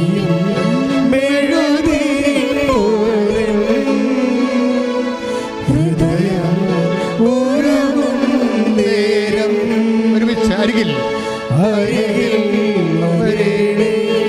സദയം തൊടേണേ, സുഖമായിടും എൻ്റെ ഉള്ളം. അരികിൽ വരണമേ, അരികിൽ വരേണേ, സദയം തൊടേണേ, സുഖമായിടും എൻ്റെ ഉള്ളം. അതായത് ഇപ്പം അരികിൽ വരണമേ എന്ന് നമ്മൾ ദൈവത്തോട് പാടുകയാണ്. ഇവിടെ ഉടമ്പടിയുടെയൊക്കെ ഒരു രീതി, ഉടമ്പടിയുടെ ഒരു പാക്കേജിലുള്ളതാണ് ഈ അരികിൽ വരവെന്ന് പറയുന്നത്. ആൾത്താറിൽ നിന്ന് എന്തെങ്കിലും നിങ്ങൾക്ക് തരുന്നുണ്ടെങ്കിലേ അതിന് കൃത്യമായിട്ടുള്ള തിയോളജിക്കൽ ബാക്ക്ഗ്രൗണ്ട് ഉണ്ടാവും, ബിബ്ലിക്കൽ ബാക്ക്ഗ്രൗണ്ട് ഉണ്ടാവും, അതിൻ്റെ മരിയൻ തിയോളജിക്കൽ ബാക്ക്ഗ്രൗണ്ട് ഉണ്ടാവും, കവനൻ്റെ തിയോളജി ഉണ്ടാവും. എല്ലാം കറക്റ്റായിട്ടുള്ള സംഭവം. അല്ലാതെ നിങ്ങൾക്കൊരു തെറ്റ് പറ്റുകയോ വിശ്വാസത്തിലൊരു കൺഫ്യൂഷൻ ഉണ്ടാകുകയോ ഒന്നും ചെയ്യത്തില്ല. അരികിൽ വരണമേ എന്ന് വെച്ചാൽ ബൈ പ്രസൻസ് ഞങ്ങളുടെ കൂടെ ഉണ്ടാകണമെന്ന്. പക്ഷേ എൻ്റെ പ്രോബ്ലം എന്ന് വെച്ച് കഴിഞ്ഞാൽ നമ്മൾ ഒന്ന് പ്രാർത്ഥിക്കുമ്പോഴും പാടുമ്പോഴും ഈശോ ചോദിക്കും, ഡു യു മീൻ ഇറ്റ്? ഇവിടെ വെച്ചാണ് അനുഭവം. എന്തുകൊണ്ടാണ് അനുഭവം ഇല്ലാത്തതെന്ന് അറിയാം. ചിലർക്കെങ്കിലും അനുഭവം ഇല്ലാത്ത എന്താ അറിയാമോ? They are not meaning it. പലർക്കും ദൈവാനുഭവം ഇല്ലാത്തതിന് അല്ലതോ ദൈവാനുഭവം ഉണ്ടാകുന്നതിനുള്ളൊരു കുറുക്ക് വഴി എന്ന് വെച്ചാൽ ഇപ്പോൾ ഈശോ എന്നാ ചോദിച്ചത് 10:25 ലൂക്കാൻ്റെ സുവിശേഷം എന്നാ പറയണത്? അതായത് നിയമത്തിൽ എന്ത് എഴുതിയിരിക്കുന്നു, നീ അതെങ്ങനെ വായിക്കുന്നു? സെക്കൻഡ് ക്വസ്റ്റ്യനാണ് വിഷയം. നിയമത്തിൽ എന്ത് എഴുതിയിരിക്കുന്നു എന്ന് വെച്ചാൽ, നിയമം എന്ന് വെച്ചാൽ വചനം അല്ലേ? വചനത്തിൽ എന്ത് എഴുതിയിരിക്കുന്നു, നീ അതെങ്ങനെ വായിക്കുന്നു? അതാ പ്രശ്നം. അതാ രണ്ടാമത്തെ ഫസ്റ്റ് പാർട്ട് കുഴപ്പമില്ല, അത് കർത്താവിൻ്റെ സ്ഥലത്താണ്. സെക്കൻഡ് പാർട്ട് നമ്മുടെ കയ്യിലായിരിക്കണത്. നിയമത്തിൽ എഴുതിയിരിക്കണ കർത്താവിൻ്റെ വചനത്തിൽ എഴുതിയിരിക്കണ കാര്യമല്ലേ? കർത്താവിൻ്റെ വചനത്തിൽ എഴുതിയിരിക്കണത് നമ്മളത് എങ്ങനെ റിസീവ് ചെയ്യണത്, അല്ലെങ്കിൽ നമ്മളത് റിസീവ് ചെയ്യാനുള്ള നമ്മുടെ പ്രൊപ്പോർഷൻ എന്താണ്? ഇവിടെയാണ് നമ്മുടെ കപ്പാസിറ്റി വരുന്നത്. നിങ്ങൾ അപ്ഡേറ്റ് ചെയ്യണം കപ്പാസിറ്റി. കാര്യം എപ്പോഴും നിങ്ങൾ ഓരോ ദിവസത്തെ കവനൻ്റ് കഴിയുമ്പോഴും പ്രെയർ കഴിയുമ്പോഴും നിങ്ങൾ നിലവാരത്തെക്കുറിച്ചൊരു ഇൻട്രോസ്പെക്ഷൻ, ഒരു എന്താണ് ആന്തരിക വിചാരം ഉണ്ടാകണം. എന്താണ് എൻ്റെ കപ്പാസിറ്റി കൂടിയോ? ഇതിൻ്റെ 2 പോളാണ്. 2 പോളെന്ന് വെച്ച് കഴിഞ്ഞാൽ 2 പാർട്ടുണ്ട് ഇതിന്. ഒന്ന് ദൈവത്തിൻ്റെ പാർട്ടാണ്. ദൈവത്തിൻ്റെ പാർട്ടിന് കുറ്റമൊന്നും ഉണ്ടാകത്തില്ല. പക്ഷേ സെക്കൻഡ് പാർട്ട് നമ്മളെ ബാധിക്കുന്നതാണ്. നമ്മളെ ബാധിക്കണം, നമ്മളത് മെയിൻറ്റെയിൻ ചെയ്യണം. പിടിയിട്ടില്ലേ? നമ്മളെ ബാധിക്കുന്ന വിഷയമാണ്. ഇപ്പോൾ നിങ്ങൾ പറയും ടാപ്പ് തുറന്നിട്ട് വെള്ളം വരണില്ലേ, വെള്ളം തരുന്നത്. അപ്പം നിങ്ങൾ ഉടനെ വാട്ടർ അതോറിറ്റി വിളിച്ച് പറയും. അപ്പോൾ പറയും ഇവിടെ പ്രശ്നമൊന്നുമില്ലല്ലോ, ഞങ്ങൾ വെള്ളം വിട്ടല്ലോ, നിങ്ങൾ കിട്ടാത്ത നിങ്ങളെ ടാപ്പ് വല്ല പ്രശ്നം ഉണ്ടാകുന്ന നോക്കാൻ പറയും. അതാണ് പ്രോബ്ലം. 2 പാർട്ടുണ്ട്. വെള്ളം വിട്ടിട്ട് കാര്യമില്ല, നിങ്ങൾക്ക് കിട്ടണ്ടേ, അത് നമ്മളെ ബാധിക്കുന്ന വിഷയമാണ്. അതാണ് ഈശോ ചോദിക്കുന്നത്. നിയമത്തിൽ വചനത്തിൽ എന്താണ് എഴുതിയിരിക്കുന്നത്, നീ അത് എങ്ങനെയാണ് വായിച്ച് കുളവാക്കിയിരിക്കണമെന്നാണ് ചോദിക്കണത്. എന്താ സംഭവം? അത് നിൻ്റെ കാര്യമാണ്. അത് നമ്മൾ അവിടെ മെയിൻ്റെനൻസ് എപ്പോഴും ആവശ്യമുള്ള ഭാഷ. അതായത് ദൈവാനുഭവത്തിലേക്ക് മുന്നോട്ട് പോകണമെങ്കിൽ നിങ്ങളുടെ പാർട്ടിൽ മെയിൻ്റെനൻസ് എപ്പോഴും വേണം. ചിലപ്പോൾ വിശ്വസ്തതയുടെ കാര്യത്തിൽ ചിലപ്പോൾ വീണുപോയി കാണും, അത് മെയിൻറ്റെയിൻ ചെയ്യണം. ഉപ്പെന്ന് പറഞ്ഞാൽ എന്താ, ഞാൻ പറഞ്ഞില്ലേ, ഉപ്പൊരു പ്രിസർവേറ്റീവാണ്. അത് എവർലാസ്റ്റിംഗ് കവനൻ്റ് എന്നാണ് എൻ്റെ അർത്ഥം. കാര്യം ഉടമ്പടി നീ ചെയ്താൽ, ഉടമ്പടി by nature it is everlasting. ഇപ്പോൾ 32 Isaiah 32:40 എന്താ പറയുന്നത്? ഞാൻ നിന്നോട് ചെയ്ത ഉടമ്പടി നിത്യമാണെന്ന്. അല്ല, ടെമ്പററി ഉടമ്പടി ഇല്ല നമുക്ക്. നമ്മളൊരു 90 ദിവസം എടുക്കുന്നതിൻ്റെ കാര്യം, ഉടമ്പടിയുടെ ഒരു ഫസ്റ്റ് പാർട്ട് അവസാനിക്കുന്ന 90 ദിവസമാണ്. ഒബേദ് ഹെറോദിൻ്റെ വീട്ടിലും 90 ദിവസം ഉടമ്പടി വാഗ്ദാന പേടകം ഇരുന്ന് അനുഗ്രഹിച്ചത്. അതിൻ്റെ നമ്മൾ 90 ദിവസം മനുഷ്യന് ചെയ്യാൻ പറ്റുന്നതാണത്. പിന്നെ പുതുക്കണത് അവനവരുടെ സൗകര്യവും സമയമൊക്കെ ഉണ്ടെങ്കിൽ പുതുക്കിയാൽ മതി. പിന്നെ പുതുക്കുമ്പോൾ പിന്നെ രണ്ടാമത് ആ 90 ദിവസത്തേക്കാണ് നമ്മൾ പുതുക്കണത്. ചിലപ്പോൾ ഇടയ്ക്ക് ഗ്യാപ്പ് വീണ് പോകും. ഇടയ്ക്ക് ചിലപ്പോൾ ഗ്യാപ്പ് വീണ് ഇപ്പോൾ വീട്ടിൽ ചിലപ്പോൾ ആൾക്കാരുണ്ടാകത്തില്ല. ഉള്ള ആൾക്കാർ പുറത്ത് പോയി ജോലിക്ക് പോയി കാണും, നീ മാത്രമേ ഉള്ളൂ, നിനക്ക് അവിടെ നിന്ന് വീട്ടിൽ നിന്ന് ഇറങ്ങാൻ പറ്റത്തില്ല, പ്രായമായ അമ്മ വീട്ടിൽ കിടക്കുന്നു. അങ്ങനെയൊക്കെ വരുമ്പോൾ അവർക്ക് പ്രഷറിനൊക്കെ ഉള്ളതാണ്, മരുന്ന് സമയത്ത് കൊടുക്കണം, അപ്പോൾ നിനക്ക് വരാൻ പറ്റത്തില്ല. ആരെങ്കിലും ഒരാൾ വന്നിട്ട് വേണം നിനക്ക് വരാൻ. അങ്ങനെ ഓരോരുത്തർ സിറ്റുവേഷൻസ് എല്ലാം ഡിഫറൻസ് ആയിരിക്കും. അപ്പം അങ്ങനെ വരുമ്പോൾ എന്താ ചെയ്യണമെന്ന് വെച്ച് കഴിഞ്ഞാൽ ആ 90 ദിവസത്തേക്ക് പുതുക്കിയിട്ട് ആ 90 ദിവസം കൃത്യമായിട്ട് ചെയ്യാൻ നോക്കണം. അതിൽ അവിശ്വസ്തത വരുത്തരുത്. കാര്യം നമ്മുടെ ഈ മറ്റ് കാര്യങ്ങളെ പോലെ നമ്മൾ ദൈവദൃസന്നിധിയിൽ ഇപ്പോൾ റിലേഷൻ എന്നല്ലേ പറയണത്, വേറിത്ത് റിലേഷൻ. അപ്പോൾ ഇന്ന് സെക്കൻഡ് 2 എഡ്ജുണ്ട്. ഒന്ന് നീയാണ് കക്ഷി, പിന്നെ ഒന്ന് ദൈവമാണ് ഒരു കക്ഷി. അപ്പോൾ ഈ 2 കക്ഷികളുള്ള കാരണം നമ്മൾ ദൈവത്തോട് ചെയ്തിട്ട കാര്യങ്ങളാണ്. അത് നിങ്ങൾ സീരിയസ് ആയിട്ട് എടുത്താൽ ദൈവവും ഇത് സീരിയസ് ആയിട്ട് എടുക്കും. കാര്യം ഈ ഉടമ്പടിയുടെ വിഷയം 90 ദിവസം നീ വിശ്വസ്തയോടെ ചെയ്തെന്ന് വിചാരിച്ചോ, അത് കഴിഞ്ഞാൽ ദൈവം അപ്പോഴും വിശ്വസ്തനായിട്ട് നിൽക്കുമല്ലോ. നിനക്ക് നിൻ്റെ ജീവിത സാഹചര്യം കൊണ്ട് അത് പൂർത്തിയാക്കാൻ പറ്റിയില്ലെന്നല്ലേ. 90 ദിവസം കഴിയണം. 90 ദിവസം പക്ഷേ കറക്റ്റായിരിക്കണം. ആ 90 ദിവസം നീ കറക്റ്റായിട്ട് നിൽക്കണം എന്നുണ്ടെങ്കിൽ ബാക്കിയുള്ളത് നമുക്ക് ഗ്യാരണ്ടീഡാണ്. എന്താ കാര്യം? അത് 2 തിമോത്തി 2:13 വെച്ചാൽ ഗ്യാരണ്ടീഡാണ്. നീ അവിശ്വസ്തനാണെങ്കിലും ദൈവം വിശ്വസ്തനായിരിക്കും. പിടിയിടിയ അത് ഇതിൻ്റെ അകത്തുള്ള ടെക്നിക്ക് മനസ്സിലാക്കണം. അതായത് 2 തിമോത്തി 2:13 എന്താ പറയണത്? നിങ്ങൾ അവിശ്വസ്തരാണെങ്കിലും പറഞ്ഞേ ദൈവം വിശ്വസ്തനായിരിക്കും. അപ്പോൾ 90 ദിവസം കഴിഞ്ഞാലും ഉടമ്പടിയുടെ വരുമാനം, അതിൻ്റെ ദൈവാനുഗ്രഹം നിൻ്റെ ജീവിത മണ്ഡലങ്ങളിൽ നിനക്ക് ഉണ്ടായിക്കൊണ്ടേയിരിക്കും. അതുകൊണ്ടാണ് ഞങ്ങൾ ഉടമ്പടി കാശുരൂപം, അതാണല്ലേ നമുക്ക് പ്രമാണമായിട്ട് പട്ടയമായിട്ട് കയ്യിലുള്ളത്. അത് ഞങ്ങൾ ഒരു 5 പൈസ പോലും മേടിക്കാതെ പുതുക്കി തരും. ദാറ്റ് മീൻസ് അത് നിങ്ങളുടെ കൂടെ ഉണ്ടാകണം എന്നുള്ളതാണ്. ഈ പ്രസൻസ് ഫീൽ ചെയ്യാനുള്ള ഒരു ഉപാധി പഴയ നിയമത്തിൽ ഇതുപോലെയുള്ള ഫലകങ്ങളാണ്. പഴയ നിയമത്തിൽ ദൈവത്തിൻ്റെ പ്രസൻസ് ഫീൽ ചെയ്യാൻ വേണ്ടി ദൈവം പറഞ്ഞിരിക്കുന്നത് എന്താണെന്ന് വെച്ചാൽ, നീ എവിടെ പോയാലും ഞാൻ നിൻ്റെ കൂടെ ഉണ്ടാകും. പക്ഷേ ഉണ്ടാകുന്ന അവരെന്താ ചെയ്തിരിക്കണത്? അതിനവർ വരാ ആ ഫീലിങ് ദൈവം വാഗ്ദാനം ചെയ്യുമല്ല. ദൈവത്തിൻ്റെ വാഗ്ദാനം ദൈവം മാറത്തില്ല എൻ്റെ അടുത്ത് നിന്ന്. അത് 33:14 നീ പോകുന്ന ഇടത്തെല്ലാം ഞാൻ നിൻ്റെ കൂടെ ഉണ്ടാകും. എബ്രഹാത്തിനോടും പറയാം. പ്രസൻസ് അതാണ്. പ്രസൻസ് എപ്പോഴും ദൈവം ഉടമ്പടിയുടെ ഭാഗമായിട്ട് വാഗ്ദാനം ചെയ്തിട്ടുള്ളതാണ് പ്രസൻസ്. അത് ആശുപത്രിയിലായാലും എംബസിയിലായാലും കോർട്ടിലായാലും എവിടെയായാലും അതാണ് ഈ സഞ്ചാരി മാതാവെന്ന് ആൾക്കാർ സാക്ഷ്യം പറയണത്. അത് ഉടമ്പടിയുടെ ഭാഗമായിട്ടുള്ളതാണ്. പക്ഷേ ഈ പ്രസൻസ് ഫീൽ ചെയ്യാൻ പണ്ട് ഉപയോഗിച്ചിരുന്നത് ജ്ഞാപകമാണ്. എന്ന് വെച്ച് കഴിഞ്ഞാൽ ഒരു ചെമ്പ് ചുരുളാണത്. ചെമ്പ് ചുരുളെ എഴുതി വെക്കും. ക്ഷേമ പ്രയർ എഴുതി വെക്കും. Hear Israel, the Lord your God is one Lord, you shall love your God with all your heart എന്നും പറഞ്ഞുകൊണ്ട് ഒരു പ്രെയറുണ്ട്. എന്താണ്? ഇസ്രായേലെ ശ്രവിക്കുക, നിന്റെ ദൈവമായ കർത്താവ് ഏക ദൈവമാണ്, ദൈവത്തെ പൂർണ്ണ ഹൃദയത്തോടും പൂർണ്ണ ആത്മാവോടും കൂടി സ്നേഹിക്കുക എന്നുള്ള എഴുതി ചെമ്പുതകടെ എഴുതി വെച്ചിട്ട് നെറ്റിയിൽ കെട്ടിവെച്ചുകൊണ്ട് നടക്കും, പ്രസൻസ് ഫീൽ ചെയ്യാൻ വേണ്ടി. അതെന്നിട്ട് ഇതിമേ തൊട്ടിട്ട് ഇവർ ഈ പ്രാർത്ഥന ഇങ്ങനെ ആവർത്തിച്ചുകൊണ്ടിരിക്കും. ആ പ്രസൻസ്, കാര്യം ദൈവത്തിൻ്റെ വാഗ്ദാനം ദൈവം ഓൾറെഡി കൊടുത്തിരിക്കുന്നതാണ്. അതിൽ അവിശ്വസ്ത ഉണ്ടാകത്തില്ല. പിന്നെ നമ്മൾക്ക് അതിനോട് വിശ്വസ്ത തോന്നാൻ വേണ്ടിയാണ് ഈ പലക നെറ്റിയിൽ കെട്ടിവെച്ചുകൊണ്ട് നടക്കുന്നത്. അതിന് പകരമാണ് ഞങ്ങൾ മരിയൻ ഉടമ്പടി നിങ്ങൾക്ക് പ്രത്യേകിച്ചുള്ള വലിയ കാശുരൂപം തരണത്. അതുകൊണ്ടാണ് അത് പോയി കഴിഞ്ഞാൽ ഉടനെ ഞങ്ങൾ റീഫണ്ട് ചെയ്യും, ഉടനെ തരും, ഉടനെ തിരിച്ചു തരും. പോയെന്ന് പറഞ്ഞാൽ മതി, എഴുതി തരണം പോയി എന്ന് പറയുന്നത്. മകൾക്ക് കൊടുത്തും വന്നിട്ടും കള്ളത്തരം പറയരുത്, അത് ചെയ്യരുത്. അത് നമ്മൾ ദൈവത്തോട് ചെയ്യണ ഒരു അപരാധമല്ല, അങ്ങനെ ചെയ്യരുത് നിങ്ങൾ. പക്ഷേ പോയെന്ന് നിങ്ങൾ എഴുതി തന്നാൽ ഒരു പൈസ പോലും മേടിക്കാതെ എപ്പോഴൊക്കെ പോയെന്ന് പറഞ്ഞാലും തിരിച്ചു തരും. കാര്യം അത് നിങ്ങൾക്ക് അതിൻ്റെ വില അറിയത്തില്ല, ഞങ്ങൾക്ക് അതിൻ്റെ വില അറിയാം. കാര്യം അത് ജ്ഞാപകമാണ്, ഉടമ്പടിയുടെ ഭാഗമായിട്ട് പഴയ നിയമം പോലെ ഉപയോഗിക്കുന്നതാണത്. അപ്പം അതുകൊണ്ട് ഇന്നും തരും. അതുവേണ്ടി ഇപ്പോൾ 1 മണി തൊട്ട് 2 മണി വരെ ഇത് കൊടുക്കുന്ന സമയമാണ്. പക്ഷേ ഡാമേജ് ഉള്ളത് തന്നാൽ ഡാമേജ് ആയിപ്പോയി. ശരിക്കും ഈ അതിങ്ങനെ ഡാമേജ് ആയിട്ടുള്ള സാധനം ഉപയോഗിക്കരുത്. അതിൻ്റെ കൊളുത്തൊക്കെ പോയി കഴിഞ്ഞാൽ അല്ലെങ്കിൽ പടം മങ്ങിക്കഴിഞ്ഞാൽ അപ്പം തന്നെ നിങ്ങൾ തിരിച്ചു തരണം. അപ്പം പുതിയ തരും, അതിനുടനെ പുതിയ തരും. കൈമോശം വന്നു പോയാൽ കൈമോശം വന്നതാണെന്ന് ഞങ്ങൾ അറിയാൻ വേണ്ടി കളർ വ്യത്യാസമുള്ള എന്നാൽ വളരെ ഫ്രഷ് ആയിട്ടുള്ള പ്രയർ പവർ രണ്ടിനും ഒരുപോലെയാണ്, അത് തരും. അപ്പം അതുകൊണ്ട് അത് സൂക്ഷിക്കണം. പക്ഷേ അത് ചെയ്യണമെന്ന് വെച്ച് കഴിഞ്ഞാൽ അത് വിശ്വാസപ്രമാണം ചൊല്ലിയാണ് എൻ്റെ പവർ ആക്ടിവേറ്റ് ചെയ്യിക്കേണ്ടത്. കാര്യം നമുക്ക് ക്ഷേമ പ്രയറിന് പകരം നമ്മൾ ഉടമ്പടി തന്നിരിക്കുന്നത് വിശ്വാസപ്രമാണമാണ്.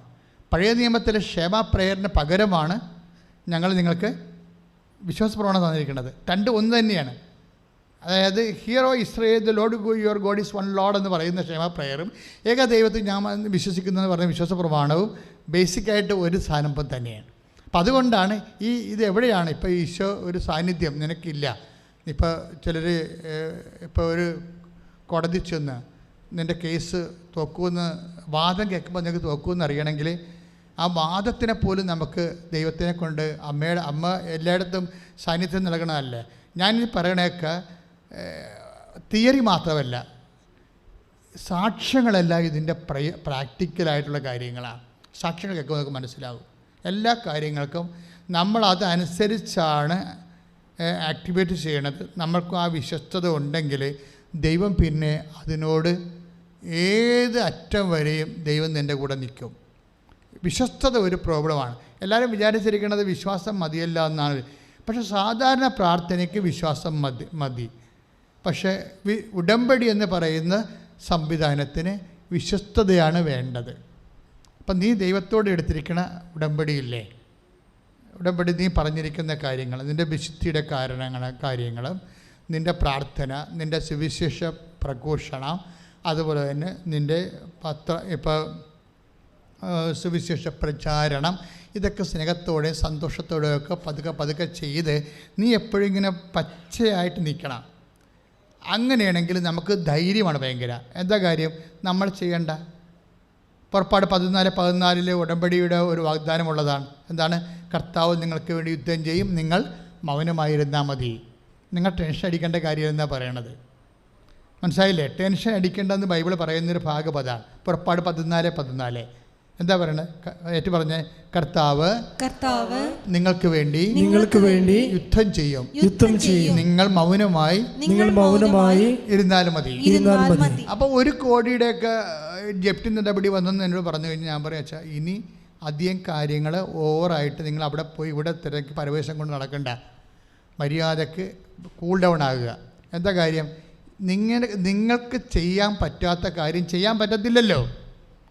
മനസ്സിലായില്ലേ?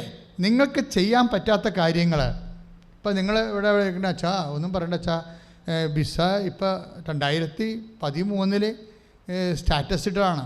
ഞങ്ങൾ നെറ്റടിച്ച് നോക്കിയിട്ട് ഒരു മൂവ്മെൻറ്റും ഇല്ല. അതങ്ങനെ തന്നെ നിൽക്കണം, സ്റ്റാറ്റസ് അങ്ങനെ തന്നെ നിൽക്കണം എന്ന് പറയും. അപ്പോൾ ഞാൻ മോളെ ഇനി അതിൻ്റെ അകത്ത് നീ ഉൾക്കണ്ട പറയണ്ട. എന്താ കാര്യം? ഇനി നമുക്കവിടെ ചെയ്യാൻ, നമുക്ക് അമേരിക്ക ചെല്ലാനോ ആ കമ്പനി ചെല്ലാനോ ചോദിക്കാനോ ഒന്നും ചെയ്യാൻ പറ്റത്തില്ല നമുക്ക്. പക്ഷേ ചെയ്യാൻ പറ്റുന്നത് എന്താണ്? കർത്താവിന് അവിടെ ചെല്ലാനും നിൻ്റെ വിസയുടെ ബ്ലോക്ക് ചെയ്തിരിക്കുന്നത് ഇളക്കിയെടുക്കാനും പറ്റും. ഇതാണ് പുറപ്പാട് 14 പറയണത്. പുറപ്പാട് 14 ഒരു ജനത അനുഭവിച്ച വിശ്വാസ സാക്ഷ്യമാണ്. പക്ഷേ നമ്മളെന്താ ചെയ്യണത്? നമ്മൾ ഉടമ്പടി എടുക്കുമ്പോൾ അതേ ദൈവത്തിലെ ഉടമ്പടിയുടെ പ്രശ്നത്തിൻ്റെ ക്ലെയിമല്ലേ. മറ്റു പ്രാർത്ഥനയ്ക്ക് ക്ലെയിം ഇല്ലല്ലോ. എന്ത് പ്രാർത്ഥനയ്ക്ക് എന്ത് ക്ലെയിം ഉണ്ട് നിങ്ങൾക്ക്? മറ്റു പ്രാർത്ഥനയ്ക്ക് ക്ലെയിം എന്താ ഉള്ളത്? നമുക്ക് ക്ലെയിം ഉണ്ടെന്ന് പറയണത് യേശുക്രിസ്തു. നമ്മളതുകൊണ്ടാണ് യേശുക്രിസ്തുവിൻ്റെ പീഡാനുഭവത്തെ പ്രതി എന്ന് പറയണത്. നമ്മൾ പീഡാനുഭവത്തിൻ്റെ പ്രതിയായിട്ട് അത് ക്ലെയിമാക്കുകയാണ്. പക്ഷേ അത് എന്തിലാണ്? യേശുക്രിസ്തുവിൻ്റെ പീഡാനുഭവത്തിൻ്റെ മെരിറ്റ് നമുക്ക് കിട്ടുന്നത് എങ്ങനെയാണ്? ബൈ ഫെയ്ത്താണ്. പക്ഷേ ബൈ ഫെയ്ത്തിനൊരു പ്രശ്നമുണ്ട്. എന്താ കാര്യം? ബൈ ഫെയ്ത്ത് എന്ന് പറയുന്നത് വിശ്വാസം മൂലമാണ് നമുക്ക് കിട്ടുന്നത്. പക്ഷേ ഈ വിശ്വാസത്തിന് യാക്കോബിൻ്റെ വെളിപാട് വരുമ്പോൾ എബ്രാഹത്തിൻ്റെ നീതീകരണമായിട്ട് വ്യത്യാസം വരും. എബ്രാഹത്തിന് ആദ്യകാലങ്ങളിൽ കൊടുത്ത വെളിപാടിനനുസരിച്ചുകൊണ്ട് ദൈവം അവൻ്റെ വാഗ്ദാനങ്ങൾ വിശ്വസ്തനായിരിക്കും. എബ്രാഹത്തിന് ഫെയ്ത്ത് മാത്രം മതി. പക്ഷേ ഫെയ്ത്ത് മാത്രം മതിയെന്ന് പറയും, വിശ്വാസം മാത്രം മതി. പക്ഷേ അതിൻ്റെ അല്പം കൂടി മുന്നോട്ട് പോകുമ്പോൾ 2ാം ക്ലാസ് കഴിഞ്ഞിട്ട് 3ാം ക്ലാസ് വരത്തില്ലേ? അത് അല്ലെങ്കിൽ നമ്മൾ SSLC കഴിഞ്ഞിട്ട് പിന്നെ +1 കഴിഞ്ഞില്ലേ? അപ്പം മുന്നോട്ട് പുറകോട്ടാണ് നമ്മൾ പഠിക്കണം, അല്ലല്ല മുമ്പോട്ടല്ലേ പോണത്. അപ്പോൾ ദൈവമായിട്ടുള്ള ബന്ധം മുന്നോട്ട് പോകുമ്പോൾ വരാൻ പോകുന്ന വിഷയം നിങ്ങളുടെ വിശ്വാസം കൊണ്ട് താങ്ങത്തില്ല വിഷയം. അത് നിങ്ങൾ ടെക്നിക്കായിട്ട് മനസ്സിലാക്കണം. വിശ്വാസം കൊണ്ട് താങ്ങത്തില്ല. എന്താ കാര്യം? പ്രവൃത്തി വേണ്ടി വരും അവിടെ. അത് കാരണം യാക്കോബ് പറയണത് വിശ്വാസം പ്രവൃത്തികളാൽ നീതീകരിക്കപ്പെടുന്നു. ഇപ്പോൾ എബ്രാഹത്തിനെ സംബന്ധിച്ചിടത്തോളം എന്താ 15:6 ഉൽപ്പത്തി 15:6 എന്താ പറയണത്? എബ്രാഹം തൻ്റെ വിശ്വാസത്താൽ നീതീകരിക്കപ്പെട്ടു. വിശ്വാസത്താൽ നീതീകരിക്കപ്പെട്ടെങ്കിലും ആ വിശ്വാസത്തിൽ പിന്നീട് ഇസഹാക്കിനെ ബലിയർപ്പിക്കാൻ പറഞ്ഞു. അത് പ്രവൃത്തിയാണ്. അപ്പോഴേ എപ്പോഴും നമ്മുടെ വിശ്വാസം നീതീകരിക്കുന്നത് പ്രവൃത്തി കൊണ്ടാണ്. ഇതുകൊണ്ടാണ് പ്രേക്ഷിത പ്രവർത്തനം തന്നിരിക്കുന്നത്. കുറേ പ്രവൃത്തി കൊണ്ടാണ് നിങ്ങളുടെ വിശ്വസ്തതയെ നീതീകരിക്കേണ്ടത്. എന്താണ്? ഞാൻ രോഗിയായിരുന്നു, നിങ്ങൾ എന്നെ സന്ദർശിച്ചു. അപ്പോൾ രോഗികളെ സന്ദർശിക്കാൻ പോയിരുന്ന കൈപൊക്കിക്ക് ഉടമ്പടി പ്രകാരം രോഗികളെ സന്ദർശിക്കാൻ പോയവർ ഇത്രയേ ഉള്ള ആൾക്കാർ. ഇവിടെയാണ് പ്രവൃത്തികൾ പരാജയം വന്നിരിക്കുന്നത്.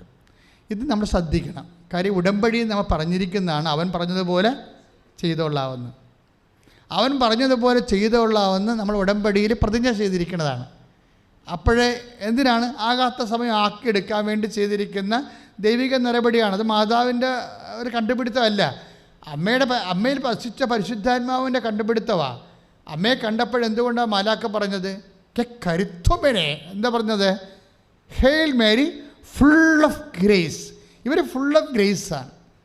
ഫുൾ ഓഫ് ഗ്രേസ് ആയത് കാരണം കൃപ നിറഞ്ഞ ആളാണ്. അതുകൊണ്ടാണ് കൃപ നിറഞ്ഞ അവളെ സ്വസ്തി എന്ന് നമ്മൾ പ്രാർത്ഥിക്കുന്നത്. ആ പ്രാർത്ഥന പ്രാർത്ഥിച്ചിട്ട് നമുക്ക് ബലം കിട്ടേണ്ട കാരണം അതാണ്.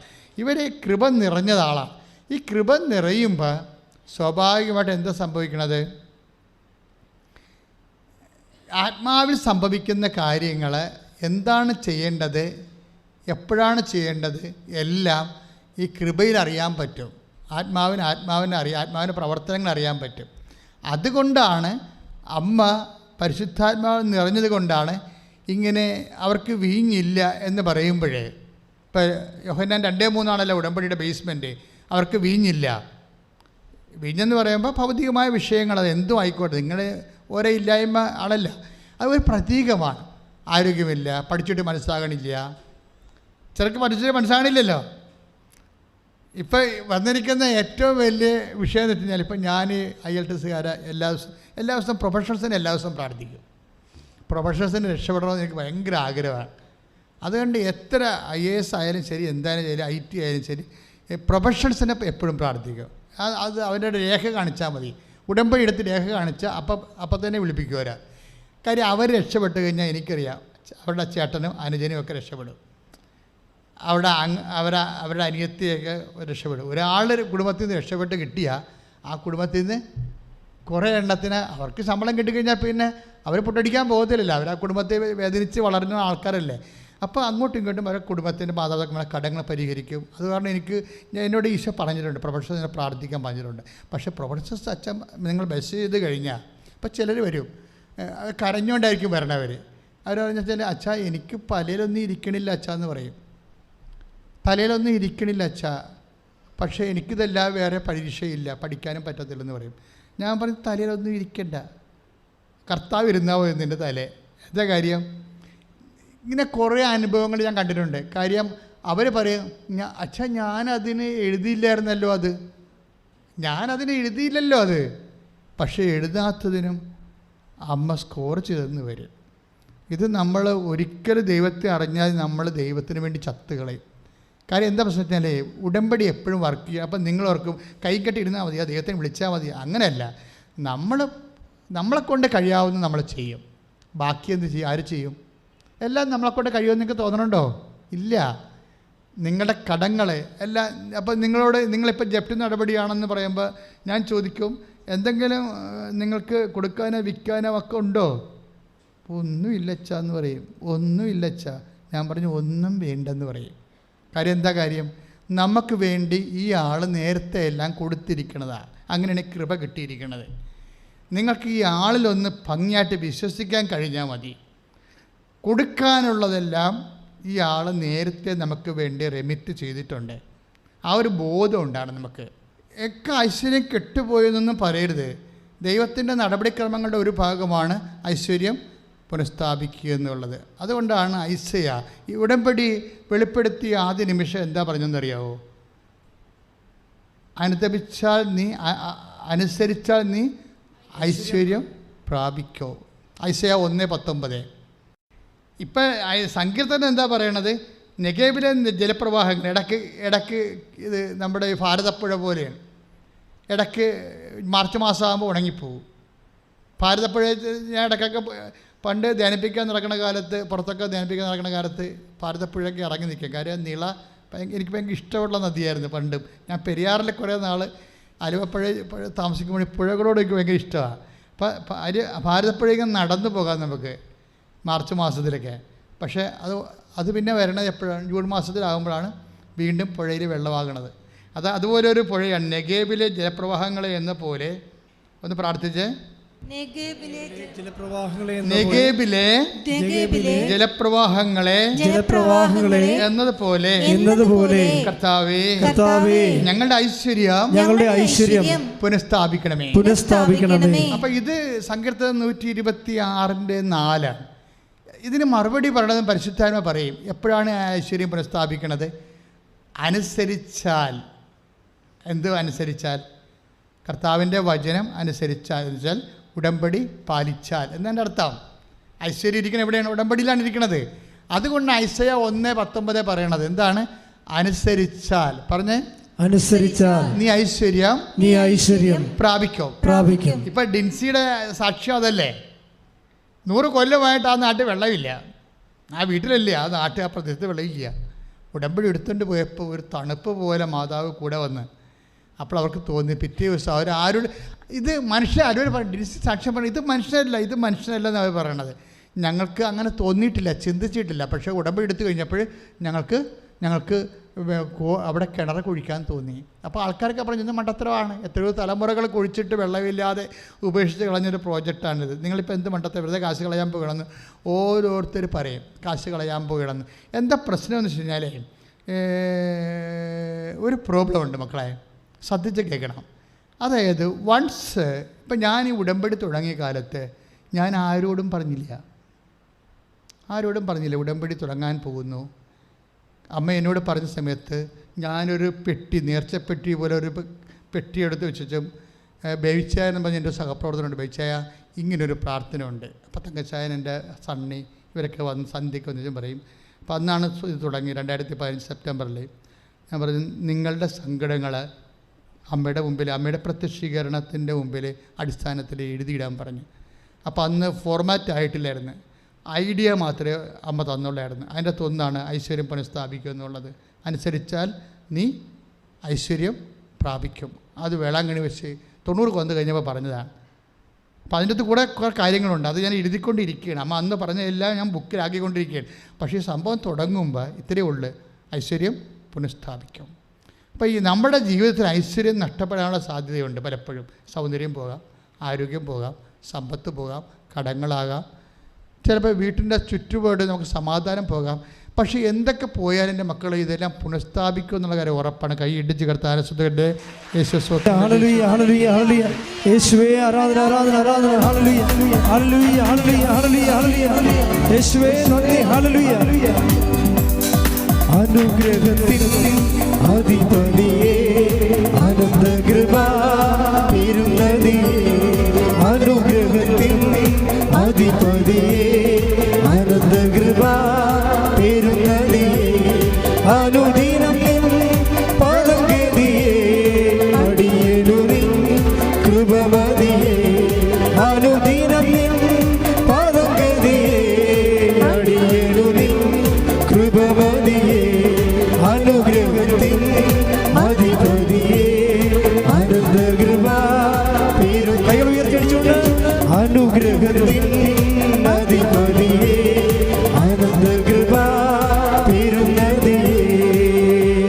പരിശുദ്ധ പരമദിവ്യകാരുണ്യത്തിന് നേരവും ആരാധനയും സ്തുതിയും പുകഴ്ചയും ഉണ്ടായിരിക്കട്ടെ. അപ്പോൾ ഐശ്വര്യം പുനഃസ്ഥാപിക്കുക എന്നുള്ളത് ദൈവം ആഗ്രഹിക്കുന്നൊരു കാര്യമാണ്.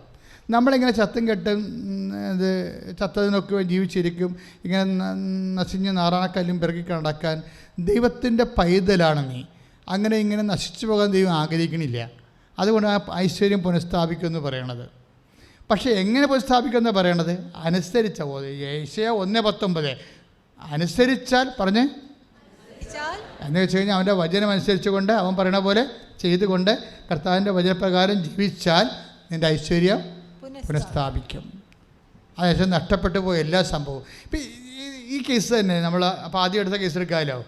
ഈ കേസിൻ്റെ പ്രത്യേകത ഡിൻസി പറയണത്, ഞങ്ങൾ ആൾക്കാരോടൊന്നും ആൾക്കാരൊക്കെ വന്ന് പറഞ്ഞു ഇന്ന് മണ്ടത്തരമാണ് ഈ കാണിക്കേണ്ടത്, ഇങ്ങനെ ചെയ്യരുത്, കാശ് പോകാൻ വെറുതെ എന്തിനാ, ആര് പറഞ്ഞു നിങ്ങളോട് ഇപ്പോൾ ഇത് ചെയ്യാൻ, ഇപ്പോൾ വെള്ളം കിട്ടുമെന്ന് നിങ്ങൾക്ക് എങ്ങനെ തോന്നി? അതിനൊന്നും ആർക്കും മറുപടിയില്ല. ഇപ്പോൾ വെള്ളം കിട്ടുമെന്ന് എങ്ങനെ തോന്നി? 100 കൊല്ലമായിട്ട് കുഴിച്ചിട്ട് വെള്ളം കിട്ടാത്ത സ്ഥലത്ത് ഇപ്പോൾ വെള്ളം കിട്ടുമെന്ന് എങ്ങനെ തോന്നി? ആരും നിങ്ങളോട് പറഞ്ഞു എന്നൊക്കെ ചോദിക്കണം. പക്ഷേ അതിനൊന്നും അവർക്ക് മറുപടിയില്ല. പക്ഷേ ആന്തരിക ഒരു ബോധ്യമുണ്ട്. മനുഷ്യൻ്റെ മറുപടിയൊന്നും ഇല്ലെങ്കിൽ അവർക്ക് ആന്തരിക ബോധ്യമുണ്ട്. കർത്താവ് ഞങ്ങൾക്ക് വെള്ളം തരാൻ പോകുന്നു എന്നുള്ളത്. അവർ കുഴിച്ച് വെള്ളമില്ല, പല പരിപാടി. അപ്പോൾ ഇവർ ഡിൻസെന്ന് വെച്ചാൽ പോയി ഉപ്പ് കൊണ്ടുവന്നിട്ട് കുഴിക്കളറിൻ്റെ കത്തേക്കിട്ട്. ഉപ്പെന്ന് പറയുമ്പോൾ ഉപ്പ് നമ്മൾ ഇടുമ്പോൾ ശ്രദ്ധിക്കേണ്ട വിഷയം വെച്ചാൽ വിശ്വാസ പ്രമാണം ചൊല്ലി വേണം ഇടാൻ. കാര്യം ഉപ്പ് വിശ്വസ്തതയുടെ അടയാളമാണ്. നിങ്ങൾ തമ്മിലുള്ള എവർലാസ്റ്റിംഗ് കവനൻ്റ് അല്ലേ, വിശ്വസ്തയുടെ അടയാളമാണ്, പ്രിസർവേറ്റീവാണ്. നിൻ്റെ ഉടമ്പടിയെ സംരക്ഷിക്കുന്നത് ആരാണ്? ഉപ്പാണ്. വിശ്വസ്തതയെന്ന് പറയുന്നതാണ് ഉപ്പ്. ഈ വിശ്വസ്തയുടെ അടയാളമായിട്ടാണ് ഉപ്പ് തരണത്. അപ്പോൾ ഇതുകൊണ്ട് ഇവർ വിശ്വാസ പ്രമാണം ചൊല്ലിയിട്ടു. ഇടുമ്പോൾ അവർക്കൊരു ഐഡിയ വന്നു. എന്താണെന്നറിയുക? കൃപാസനം മാതാവിൻ്റെ ഫോട്ടോ കൊണ്ടുവന്ന് പാറപ്പുറത്ത് വെക്കുക. അടുത്ത ഐഡിയ ആണ്. ഈ ഐഡിയയൊക്കെ നമുക്ക് വിശ്വാസിക്ക് മാത്രമേ മനസ്സിലാകത്തുള്ളൂ, അല്ലേ? വിശ്വാസം എല്ലാവർക്കും മനസ്സിലാകുക. പിന്നെ മാതാവിൻ്റെ രൂപം കൊണ്ട് പാറപ്പുറത്ത് വെച്ച് ഇല്ലാത്ത വെള്ളം എങ്ങനെ ഉണ്ടാകുന്നവർ ചോദിക്കും. അതുകൊണ്ടാണ് ഈശോ പറയണത്, നീ പോകുമ്പോൾ ദൗത്യമായിട്ട് പോകുമ്പോൾ ആരെയും അഭിവാദനം ചെയ്യരുതെന്ന് പറയും. കർത്താവ് കൊടുക്കുന്ന നോട്ടാണത്. അതെപ്പോൾ നിങ്ങൾ ശ്രദ്ധിക്കണം. ആന്തരിക ബോധ്യം കിട്ടിയാൽ ഇത് പാപികളുമായിട്ട് ഷെയർ ചെയ്യരുത്. പാപികളെന്ന് പറഞ്ഞാൽ നമുക്ക് ആരെയും വിധിക്കാൻ പറ്റത്തില്ല. പക്ഷേ ദൈവത്തെ അംഗീകരിക്കാത്ത ആൾക്കാരും പ്രാർത്ഥനയെ ജീവിക്കാത്ത ആൾക്കാരുമായിട്ട് നിൻ്റെ ആധ്യാത്മികത നീ ഷെയർ ചെയ്യരുത്. ഞാൻ ഉടമ്പടി എടുത്ത കാലത്ത് ആരോടും പറയത്തില്ല ഞാൻ എന്താ ചെയ്യാൻ പോകണമെന്നൊന്നും പറയത്തില്ല. അമ്മ എനിക്കുന്ന ബോധ്യമാണ്. ഞാൻ പറയും കാത്തിരുന്ന് കാണാം എന്നത് മനസ്സിൽ അത്രയേ ഉള്ളൂ. ഇപ്പോൾ 10,000 ഹേ ഗ്രേഡ് സാക്ഷ്യം 10,000 സാക്ഷ്യം 10-30,000 ഉണ്ട്. അതല്ല എ ഗ്രേഡ് എന്ന് പറഞ്ഞത് പക്ക ഉടമ്പടിയുടെ സാക്ഷ്യങ്ങളായിട്ട് മാത്രം. മേജറാണ് എല്ലാം വരണത്. ഉടമ്പടിയുടെ ഒരു ഫീച്ചർ എന്ന് പറയുന്നത് മേജർ ആയിട്ടുള്ള സംഭവങ്ങൾ. മേജർ കഴിഞ്ഞ ദിവസങ്ങളിൽ ഒരു ചേച്ചി ഒരു സാക്ഷ്യം പറഞ്ഞു. അവർ താമരശ്ശേരി ഇടവകയാണ്. താമരശ്ശേരി നമ്മുടെ ഇതിലേ ഉണ്ട് ഇത്.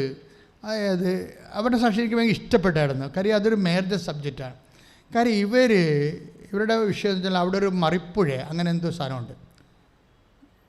ആ പുഴയിൽ ഒരു ജലവൈദ്യുത പദ്ധതി ഗവൺമെൻറ് അനൗൺസ് ചെയ്തായിരുന്നു 17 വർഷം മുമ്പ്. എന്നിട്ട് ഈ ഗവൺമെൻറ്റിൻ്റെ ഒരു കുഴപ്പം അറിയാമല്ലോ, പദ്ധതി വന്നാൽ അനൗൺസ് ചെയ്ത് പോയി കഴിഞ്ഞാൽ പിന്നെന്താ കുഴപ്പം? അവർ സ്ഥലം എടുക്കത്തുമില്ല, നമുക്കത് വിൽക്കാനും പറ്റത്തില്ല, പിന്നെ അതിന് വിലയും കിട്ടത്തില്ല, അത് ഫ്രീസായി പോകും. അത്രയും സ്ഥലം 27 കുടുംബങ്ങളുടെ സ്ഥലമാണ് മറിപ്പുഴ ഫ്രീസായി പോയിരിക്കുന്നത്. 27 കുടുംബങ്ങൾ. എന്താ ചെയ്തിരിക്കുന്നത് അറിയാമോ? അതും ഒരു ബലമും കൂടാണ്. ഗവൺമെൻറ് ഇത് പദ്ധതി അനൗൺസ് ചെയ്തിട്ട് 17 കൊല്ലമായി. സർവേ ഒക്കെ നടത്തി ഗവൺമെൻറ് ഈ പറഞ്ഞ പോലെ കുറ്റിയൊക്കെ അടിച്ചിട്ടിരിക്കുകയാണ്. പിന്നെ എന്ത്? അനക്കമില്ല. അനക്കമില്ല വന്നപ്പോൾ എന്ത് ചെയ്ത്? ആൾക്കാർ എപ്പോഴായാലും ഗവൺമെൻറ് എടുക്കുമല്ലോ എന്ന് വിചാരിച്ചുകൊണ്ട് 3 ലക്ഷം രൂപ ആണ് അതിൻ്റെ ഒരു ഏക്കറിന് സ്ഥലം. അവിടെ ഒരു സെൻറ്ററിനല്ല, 3 ലക്ഷം രൂപ ഒരു ഏക്കറിനാണ്. അതിനാണ് അന്ന് എഗ്രിമെൻ്റ് ആയത്. ഈ ഒരു ഏക്കറിന് 3 ലക്ഷം രൂപ മലമുകളിലാണ്. ഇപ്പോൾ എന്താ വെച്ചാൽ ഈ ആൾക്കാരെല്ലാം അവിടെ നിന്ന് 27 കുടുംബങ്ങളിൽ 10 താഴേക്ക് ഇറങ്ങി വന്ന് താഴെ വരാങ്ങളിൽ പോയി 2-3 സെൻറ്റൊക്കെ വാങ്ങിച്ചിട്ട് താമസിക്കും. ചില ആൾക്കാർ വാടകയ്ക്ക് പോയി. കാര്യം ഇവിടെ കിടക്കാൻ പറ്റത്തില്ലല്ലോ. ഇപ്പോൾ എന്താ ഗുരുതരമായ പ്രശ്നം എന്താണെന്ന് നിങ്ങൾക്ക് മനസ്സിലായ? അതായത് ഗവൺമെൻറ് ആ പദ്ധതി ഉപേക്ഷിക്കുകയും ചെയ്ത്, അതാണ് സംഭവം. ഈ ആൾക്കാർക്ക് അവിടെ താമസിക്കാതെ 27 കുടുംബങ്ങളെ ഉണ്ടായിരുന്നു. ഇപ്പോൾ അതിൻ്റെ 5-6 കുടുംബങ്ങളെ അവിടെ ഉള്ളൂ. അത് കാരണം പഴയ കാട്ടുപന്നി അതുപോലെ തന്നെ പുലിയൊക്കെ കയറാൻ തുടങ്ങിയതിൻ്റെ അടുത്ത്. കാര്യം എന്താ? കാടായില്ലേ, ആൾക്കാർ പോകുന്നില്ലേ? ഒരു ദുരന്തം വന്ന വഴികളാണ്. അപ്പോൾ ആ 6 പേരുടെ കൂട്ടത്തിൽ ഒരു ചേടത്തി വന്ന് അമ്മയോട് പറഞ്ഞ്, അമ്മേ ജീവിതം തീർന്ന്, ഇറങ്ങാനും പറ്റുന്നില്ല, അവിടെ താമസിക്കാനും പറ്റത്തില്ലെന്ന് പറഞ്ഞു. ഇറങ്ങാനും പറ്റത്തില്ല, അവിടെ നിന്ന് ഇറങ്ങാനും പറ്റണില്ല, എവിടെ പോകാനാ? അവിടെ താമസിക്കാനും പറ്റത്തില്ല. അതുകൊണ്ട് അമ്മ അവരൊന്ന് ഉടമ്പടി ചെയ്ത് കഴിഞ്ഞപ്പോൾ ഷീ സെയിം സ്പിരിറ്റഡ്. അപ്പോൾ ഉടമ്പടി കഴിഞ്ഞ് സംഭവിക്കുന്ന കാര്യങ്ങൾ നിങ്ങൾ ചങ്കെ കൊണ്ടാണ് കൃത്യമായിട്ട് ഒക്കട്ടെ എന്നൊക്കെ പറഞ്ഞ് ചെയ്യുമ്പോഴാണ് കുഴപ്പം വരുന്നത്. അല്ലെങ്കിൽ പ്രസൻസ് ഒന്നും. ഉടമ്പടിയുടെ മെയിൻ പ്രസൻസാണ്, സാന്നിധ്യമാണ്. I will come with you എന്നല്ല പറയണത്. അതാണ് പുറപ്പാടിൻ്റെ 33:14, ഞാൻ നിൻ്റെ കൂടെ വരും. ഇവർക്ക് ഉടനെ ഒരു ആവേശമുണ്ടായി ഉടമ്പടി ചെയ്തോടുകൂടി. ഇവർ നേരെ ഉടമ്പടി ചെയ്ത് വീട്ടിൽ ചെന്ന് വെച്ചു അമ്മയോട് പറഞ്ഞല്ലോ അണക്കെട്ടിലെ കാര്യം പറഞ്ഞു. അണക്കെട്ടൊന്നുമില്ല, ഇപ്പോൾ ആ ഗവൺമെൻറ് പ്രോജക്റ്റ് കളഞ്ഞു. ഉടനെ ഇവർ ചെന്ന് വെച്ചും ഈ ഉടമ്പടി എടുത്തു കഴിഞ്ഞപ്പോൾ ഇവർക്കിതുപോലെ ദൈവത്തിൻ്റെ ശക്തി ആവേശം ഉണ്ടായി. ഇവർ വീട്ടിൽ ചെന്ന് വെച്ചും അപ്പം മകൻ പറഞ്ഞു, എടാ മുഖ്യമന്ത്രി വിളിക്കടാന്ന് പറഞ്ഞു. ഒരു വിഷയത്തിൻ്റെ പോക്കുണ്ട്. അതിൻ്റെ എടാ മുഖ്യമന്ത്രി വിളിച്ചടാന്ന് പറഞ്ഞു. ഉടനെ എന്തിനാണ് അമ്മേ? അല്ല ഈ സ്ഥലം എടുക്കുകയില്ലെന്ന് അറിയാൻ വേണ്ടിയാണ് പ്രോജക്റ്റ്. അപ്പോൾ അവർ ആ പഴയ ആൾക്കാർ തന്നെയാണ് അവരെ. പക്ഷേ ഇപ്പോൾ അവർ ആളിൻ്റെ ഒരു സ്റ്റേച്ചറങ്ങോട്ട് മാറി, ലെവൽ മാറി ആളിൻ്റെ. ഉടനെ മുഖ്യമന്ത്രിനെ വിളിച്ച് മകൻ, അമ്മയുടെ ഒരു കമാൻഡ് പോലെയല്ലേ വിളിച്ച്. പിണറായി വിജയൻ സാർ എടുത്തില്ല, മുഖ്യമന്ത്രിമാരെ എടുക്കത്തില്ലല്ലോ സാധാരണ. പക്ഷേ ഉടനെ ചെടുത്തി വിടത്തില്ല. ചേച്ചി പറഞ്ഞടാ വകുപ്പ് മന്ത്രിനെ വിളിക്കാൻ പറഞ്ഞു. വകുപ്പ് മന്ത്രി ആരാണ്? അന്ന് മണിസാറാണ് വകുപ്പ് മന്ത്രി. വകുപ്പ് മന്ത്രി വിളിച്ചപ്പോൾ തന്നെ അങ്ങനെ എടുത്ത് ഫോൺ. എന്താണ് എന്ന് ചോദിച്ചു. അപ്പോൾ പറഞ്ഞ് ഞങ്ങൾക്ക് ചില തീരുമാനം വല്ല ഉണ്ടാ?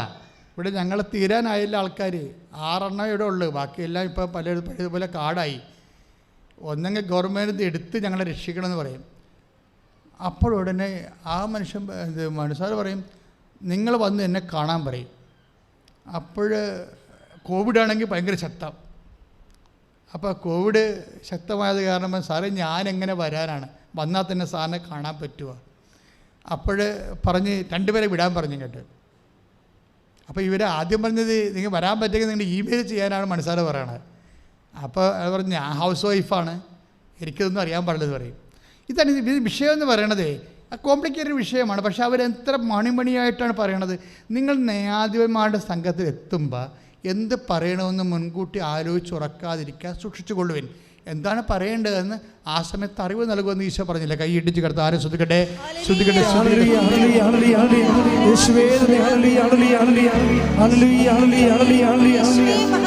ആരാ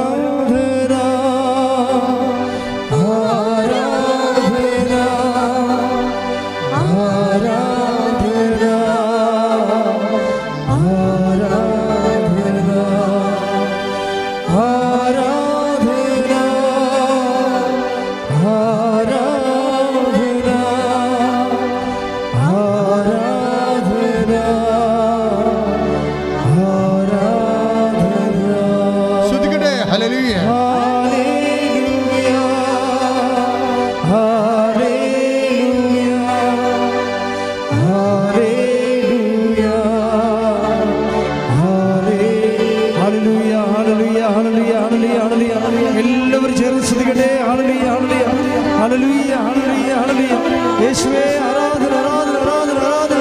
ഹല്ലേലൂയ ഹല്ലേലൂയ ഹല്ലേലൂയ ഹല്ലേലൂയ യേശുവേ നന്ദി നന്ദി നന്ദി കർത്താവേ. ഹല്ലേലൂയ ഹല്ലേലൂയ ഹല്ലേലൂയ ആരാധന ആരാധന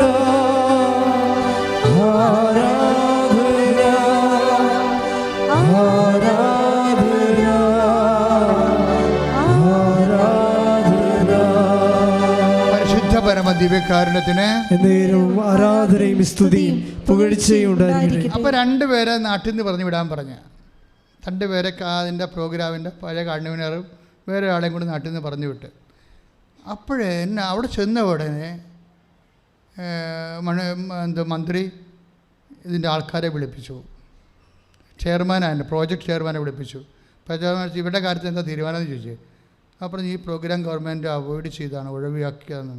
അപ്പോൾ അവർ പറയും കരുത് ഫ്രിഡ്ജായി പോയില്ലേ, എന്തുമാത്രം നഷ്ടമാണ്, ജീവ നഷ്ടം. അപ്പോൾ ഉടനെ മനസ്സാരി ചെയർമാനോട് പറയും ഇവർ കോടതി പോയാൽ ഞാൻ ഇവിടെ കൂടെ നിൽക്കുമെന്ന് പറയും. അപ്പോൾ ചെയർമാന് പൊള്ളും, കാര്യം മനസ്സിലാകും. അതോടുകൂടി 72 മണിക്കൂറിനുള്ളിൽ ചാപ്റ്റർ ക്ലോസ് ചെയ്യുകയും എഴുതി ഒപ്പിട്ട് 1 സെൻറ്റിന് 30 ലക്ഷം, 1 ഏക്കറിന് 3 ലക്ഷം ആയിരുന്നില്ല, അത് 37 ലക്ഷമാക്കി ഉയർത്തി ആ സാധനം എടുത്ത് മാറ്റും.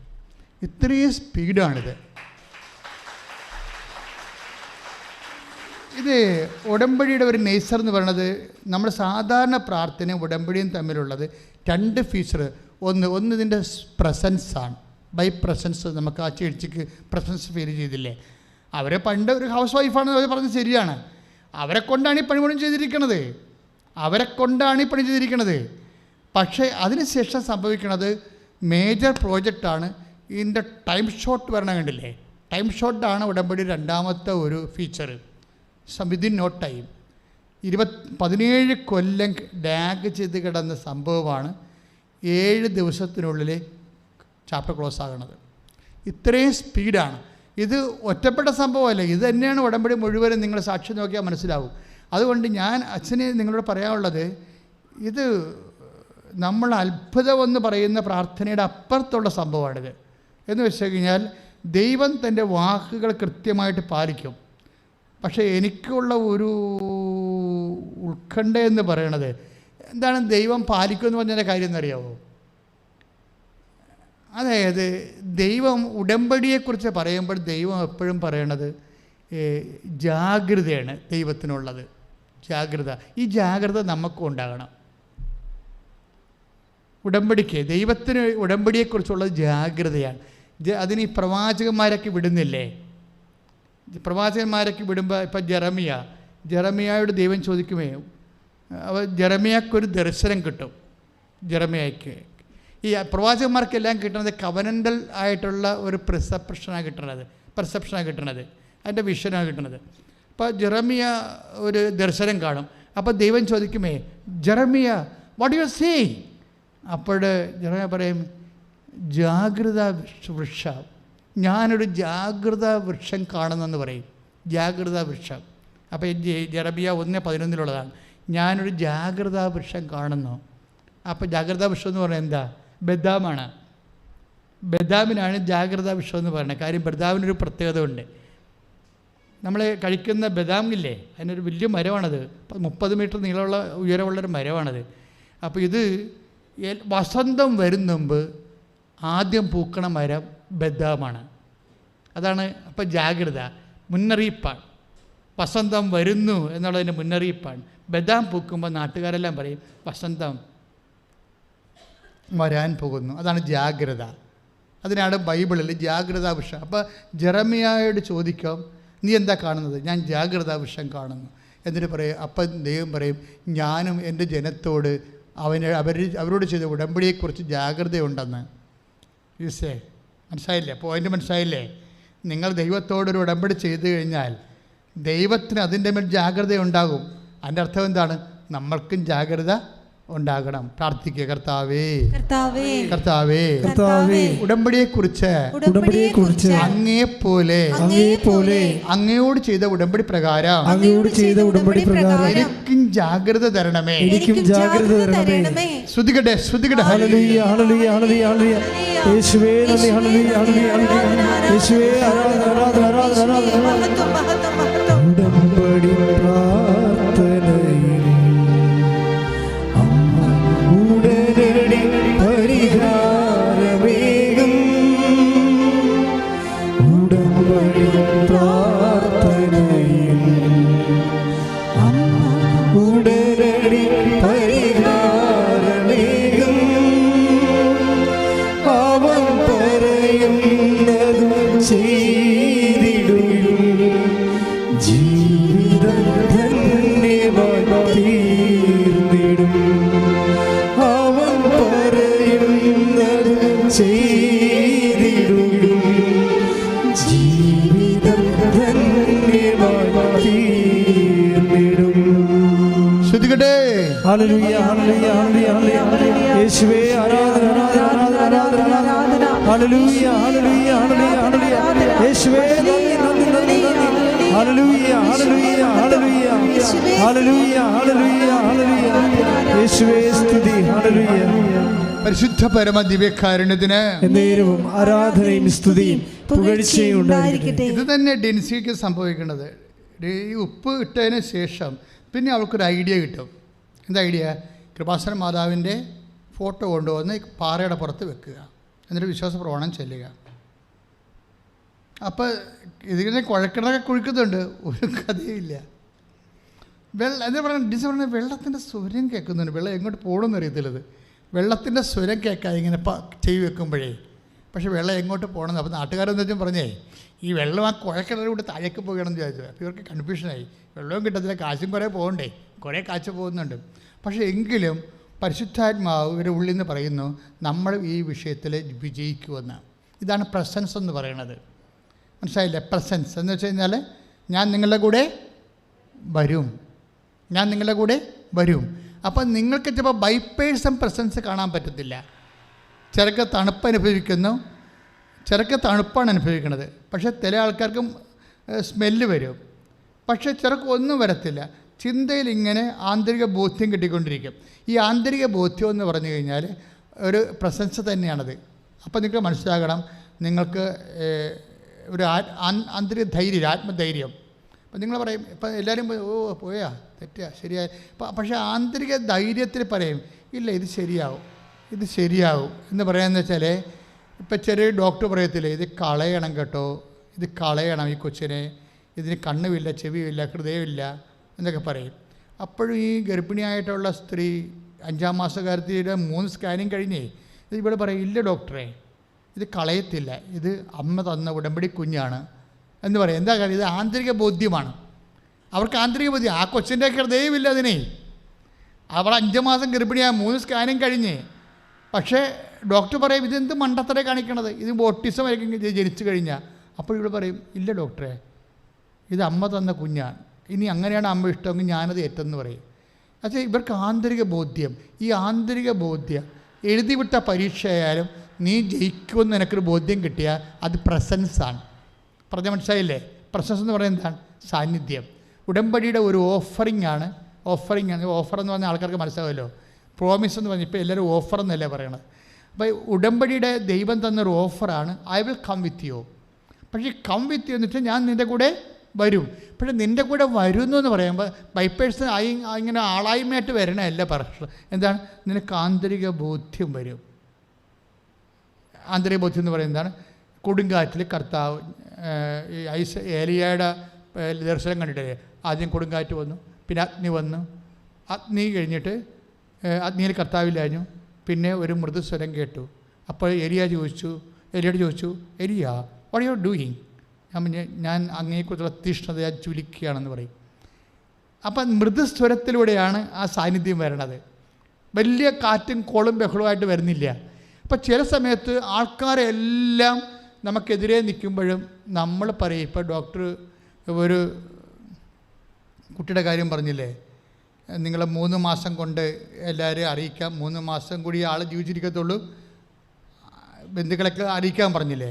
പക്ഷേ ഇവരെന്താണ് ചെയ്യണത്? ഇവർ ഉടമ്പടി തൈലം കൊണ്ടുപോയി ആ വ്യക്തിക്ക് നെഞ്ചിലും വയറിലും തേക്കുകയാണ് ചെയ്യണത്. എന്താണ്? അവർക്ക് ഈ മൃദുസ്വരമുണ്ട് ഉള്ളിൽ നിന്ന്. അവർ കൊച്ചച്ഛനാ വിളിക്കണം. ആ സാക്ഷി നിങ്ങൾ കേട്ടില്ല, 65,000 പേരായി ഇപ്പോൾ കാണുന്നത്. അവരുടെ ഉള്ളിൽ പറയാണ്, ഇപ്പോൾ ഡോക്ടർ പറയുന്നു 3 മാസമേ സർവ് ജീവിച്ചിരിക്കത്തുള്ളൂ എന്ന് പറയുമ്പോഴും ഉള്ളിൽ നിന്ന് ആരോ പറയുന്നു. എലിയായോട് പറഞ്ഞ പോലെയാണ്. അഗ്നിക്ക് ശേഷം കൊടുങ്കാറ്റുണ്ടായി, കൊടുങ്കാറ്റിൽ കർത്താവില്ലായിരുന്നു. അതിനുശേഷം പെരുമഴ പെയ്തു, പെരുമഴയിലും കർത്താവില്ലായിരുന്നു. പിന്നീട് ഒരു മൃദുസ്വരം ഞാൻ കേട്ടു. എന്നോട് ചോദിച്ചു, എലിയ, what you are you doing here? നീ എന്ത് ചെയ്യുന്നു? അപ്പോൾ ഞാൻ പറഞ്ഞു, ദൈവമായ കർത്താവേ, അങ്ങയെക്കുറിച്ചുള്ള തീഷ്ണതയാൽ ഞാൻ ജ്വലിക്കുകയാണെന്ന് പറഞ്ഞു. ഇതാണ് സംഭവം. ഈ തീഷ്ണതയായി ജ്വലിക്കണത് ദൈവത്തിന് അറിയാൻ പാടില്ലേ ഇവൻ തീഷ്ണതയായി ജ്വലിപ്പുള്ള ആളാണെന്ന്? പക്ഷേ എങ്കിലും അവൻ്റെ വായുന്നത് കേൾക്കാൻ ദൈവത്തിന് എന്നാ കൊതിയാണ്. ദൈവവേദലെ എന്നെ കേൾക്കുമ്പോൾ നീ ഇപ്പോൾ ദൈവത്തെയാണ് കേൾക്കണത്. എന്താ കാര്യം എന്ന് പറയും, ഞാൻ ദൈവമായത് കൊണ്ടല്ല, കർത്താവിൻ്റെ വചനം പറയുന്നത് കൊണ്ടാണ്. ദൈവവചനം നിങ്ങളുടെ അടുക്കിലേക്ക് വന്നു, അവർ ദേവന്മാരെന്ന് വിളിച്ചു എന്ന് പറയുമ്പോൾ നിങ്ങളും ദേവന്മാരാണെന്ന് ഈശോ പറഞ്ഞിട്ടുണ്ട്. എന്താ കാര്യം? ദൈവവചനം ആരെ കേൾക്കുന്നുവോ, ആരെ അക്സെപ്റ്റ് ചെയ്യുന്നുവോ അവർ ദൈവത്തിൻ്റെ സന്തതികളാണ്. കൈയിടിച്ച് കർത്താവ്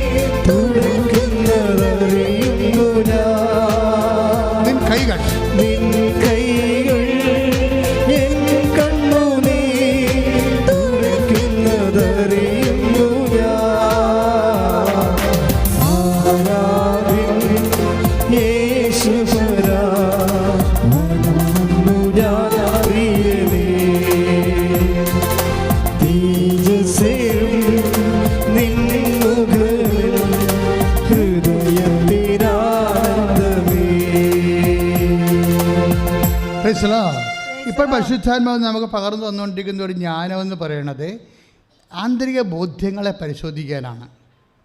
മനസ്സിലായില്ലേ? ആന്തരിക ബോധ്യങ്ങൾ. ഇപ്പം നീ ഒരു വെഞ്ചറിൽ ഇടപെട്ടിരിക്കുകയാണ്, ഒരു പരീക്ഷ എഴുതിക്കൊണ്ടിരിക്കുകയാണ്. അപ്പോൾ നിൻ്റെ കൂട്ടുകാരെല്ലാം നേരത്തെ പരീക്ഷ എഴുതി രാജ്യം വിട്ടുപോയി, നീ മാത്രം ഒറ്റപ്പെട്ട് ഇവിടെ കിടക്കുകയാണ്. നീ ഇപ്പം നിൻ്റെ കല്യാണം, നിൻ്റെ ബന്ധുക്കളും നിൻ്റെ പ്രായക്കാരെല്ലാം കല്യാണം കഴിച്ചു പോയി ഓരോ വീട്ടിലുള്ള. നിൻ്റെ അമ്മ നിന്നെ കാണുമ്പോൾ മോന്തം കയറ്റിക്കണം, നീ അമ്മയെ കാണുമ്പോൾ മോന്തം കയറ്റിക്കണം, നിൻ്റെ കാര്യം കട്ടപ്പോവുകയാണ്. അപ്പോഴും ഉടമ്പടി എടുക്കുമ്പോൾ നിനക്ക് കർത്താവ് ആന്തരിക ബോധ്യം തരും. എന്താണ്?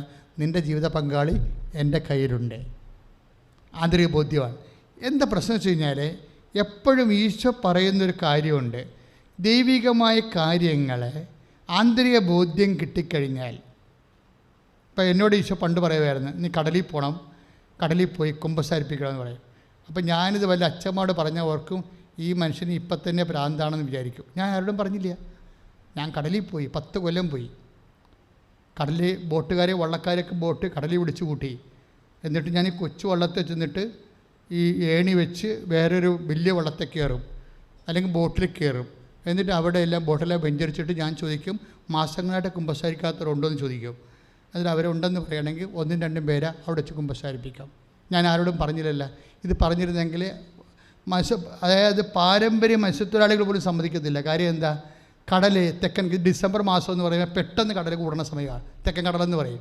ഈ സാധനം വന്നു കഴിഞ്ഞാൽ നമ്മളിട്ടുണ്ട് അമ്മാനം ആടും. ചിലപ്പോഴീ കയറണ കയറ്റത്തിൽ പടത്തിൽ താഴെ വീഴും. പക്ഷേ അത്രയും വിഷയമുണ്ടെങ്കിലും ഞാൻ ആരോടും പറഞ്ഞില്ല. ആന്തരിക ബോധ്യം കിട്ടിയാൽ പറയരുതെന്ന് ഈശോ പറഞ്ഞിട്ടുണ്ട്. പറഞ്ഞ മനസ്സിലായില്ലേ? ആന്തരിക ബോധ്യം, നീ അതിൽ ഉറച്ചു നിൽക്കണം. നീ ആന്തരിക ബോധ്യം കിട്ടാൻ ഇടനെഞ്ചിലൊന്ന് കൈവച്ചേ, നെറ്റിയിലും കൈവെക്കണം. കർത്താവായ ഈശോയെ, പുറപ്പാട് 33 14 പറയുന്ന പോലെ കർത്താവിന്റെ സാന്നിധ്യം ഉറപ്പുവരുത്തുന്ന ഉടമ്പടി ചെയ്തിരിക്കുന്ന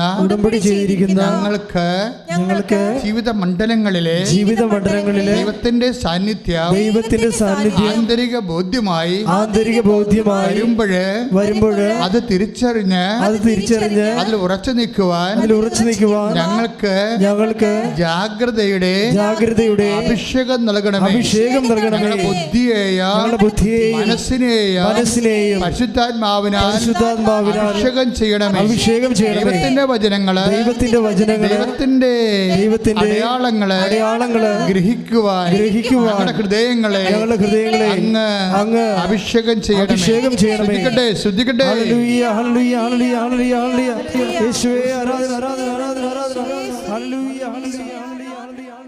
ഈ വിശുദ്ധ ലൂക്കാന്റെ സുവിശേഷം 10:4 ഈശോ ഇത് പറയുന്നുണ്ട്. ആന്തരിക ബോധ്യം ലഭിച്ചവരെ ആരോടും സംസാരിക്കരുതെന്ന്. നിങ്ങൾ ആരെയും അഭിവാദനം ചെയ്യരുത്. ഏലിയായുടെ കാലത്ത് ഗഹാസിയോട് പറയുമായിരുന്നു, ശൂന്യക്കാരുടെ മകൾ കുഞ്ഞ് മരിച്ചു പോയപ്പോൾ ഗഹാസിയോട് പറയും, ഗഹാസി ഈ വടി കൊണ്ടുപോയി നീ കുഞ്ഞിൻ്റെ മുഖത്ത് വെക്കണം. നീ ആരെയും അഭിവാദനം ചെയ്യരുത്, തിരിച്ച് അഭിവാദനം ചെയ്താൽ പ്രത്യഭിവാദനം ചെയ്യരുതെന്ന്. എന്താണ്? നിൻ്റെ ദൗത്യത്തിൽ നീ ഉറച്ചു നിൽക്കണം. ഇത് വല്ല വായു നോക്കികളോടൊക്കെ ഇതൊക്കെ പറഞ്ഞു കഴിഞ്ഞാൽ അവർ ഇതിനെ പിശാച് അവരിലൂടെ ഈ സാധനം വെട്ടിക്കളയും. അതാണ് വിഷയം. അതുകൊണ്ടാണ് നീ ഇത് ഷെയർ ചെയ്യുക. ആന്തരിക ബോധ്യം കിട്ടിയാൽ ഷെയർ ചെയ്യാൻ പാടില്ല. കാരണം ഡിൻസി ഷെയർ ചെയ്തില്ലല്ലോ, നാട്ടുകാരെല്ലാം പറഞ്ഞു എന്ത് മണ്ടത്തര കാണിക്കണേ. അപ്പോഴില്ല, വെള്ളത്തിൻ്റെ സ്വരം കേൾക്കുന്നുണ്ടെന്ന് പറയും. വെള്ളത്തിൻ്റെ സ്വരം മാതാവ് കേൾപ്പിക്കുന്നതാണ്. എന്താ കാര്യം?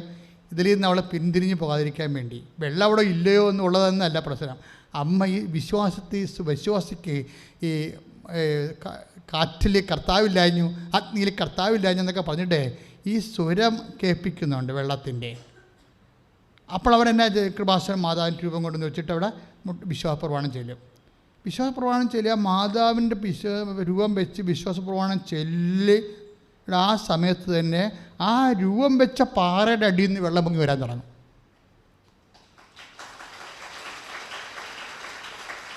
അതാണ് ഇന്നത്തെ സാക്ഷ്യം. ഇന്നിടാൻ പോകുന്നുണ്ട്. അത് കേട്ടേക്കണം. ഈ ഉടമ്പടിയുടെ രീതി എന്ന് പറയണത് അതാണ് അച്ഛൻ പറയുന്നത്, നിങ്ങൾ വളരെ ശ്രദ്ധയോടും പേടിയോടും വളരെ പേടിച്ച ആവശ്യമില്ലാത്ത പേടി വേണ്ട. പട്ടിണിയെ പേടിക്കണ പോലെയും പാമ്പിനെ പേടിക്കണ പോലെ ദൈവത്തെ പേടിക്കരുത്. ദൈവത്തെ സ്നേഹം കൊണ്ടാണ് പേടിക്കേണ്ടത്. ദൈവം എൻ്റെ കഴിവിനേക്കാളും വിശുദ്ധിയേക്കാളും ഉപരി എന്നെ ദൈവം സ്നേഹിക്കുന്നല്ലോ. റവറൻഷ്യൽ ആൻഡ് ലവിങ് ഫിയറാണ് നമുക്ക് വേണ്ടത്. അല്ലാതെ ഒരു ക്ഷുദ്രജീവിനെ പേടിക്കണ പോലെ ദൈവത്തെ പേടിക്കരുത്. ദൈവത്തെ പേടിക്കണം, പക്ഷെ അത് റവറൻഷ്യൽ ആൻഡ് ലവിങ് ഫിയറാണ് വേണ്ടത്. എന്ന് പ്രാർത്ഥിച്ച കർത്താവേ, അങ്ങയോട് ആദരവും ബഹുമാനവും അങ്ങയുടെ സാന്നിധ്യത്തിലെ എൻ്റെ അയോഗ്യതയോർത്തുള്ള പശ്ചാത്താപവും എല്ലാം കൊണ്ട് എന്നെ അഭിഷേകം ശ്രദ്ധിക്കട്ടെ. ഹല്ലേലൂയ, ഹല്ലേലൂയ, ഹല്ലേലൂയ, ഹല്ലേലൂയ. യേശുവേ ആരാധന, ആരാധന, ആരാധന. ഹല്ലേലൂയ, ഹല്ലേലൂയ, ഹല്ലേലൂയ. യേശുവേ സ്തുതി. ഹല്ലേലൂയ, ഹല്ലേലൂയ, ആരാധന, ആരാധന. കൈകൾ വീശിക്കൊണ്ട്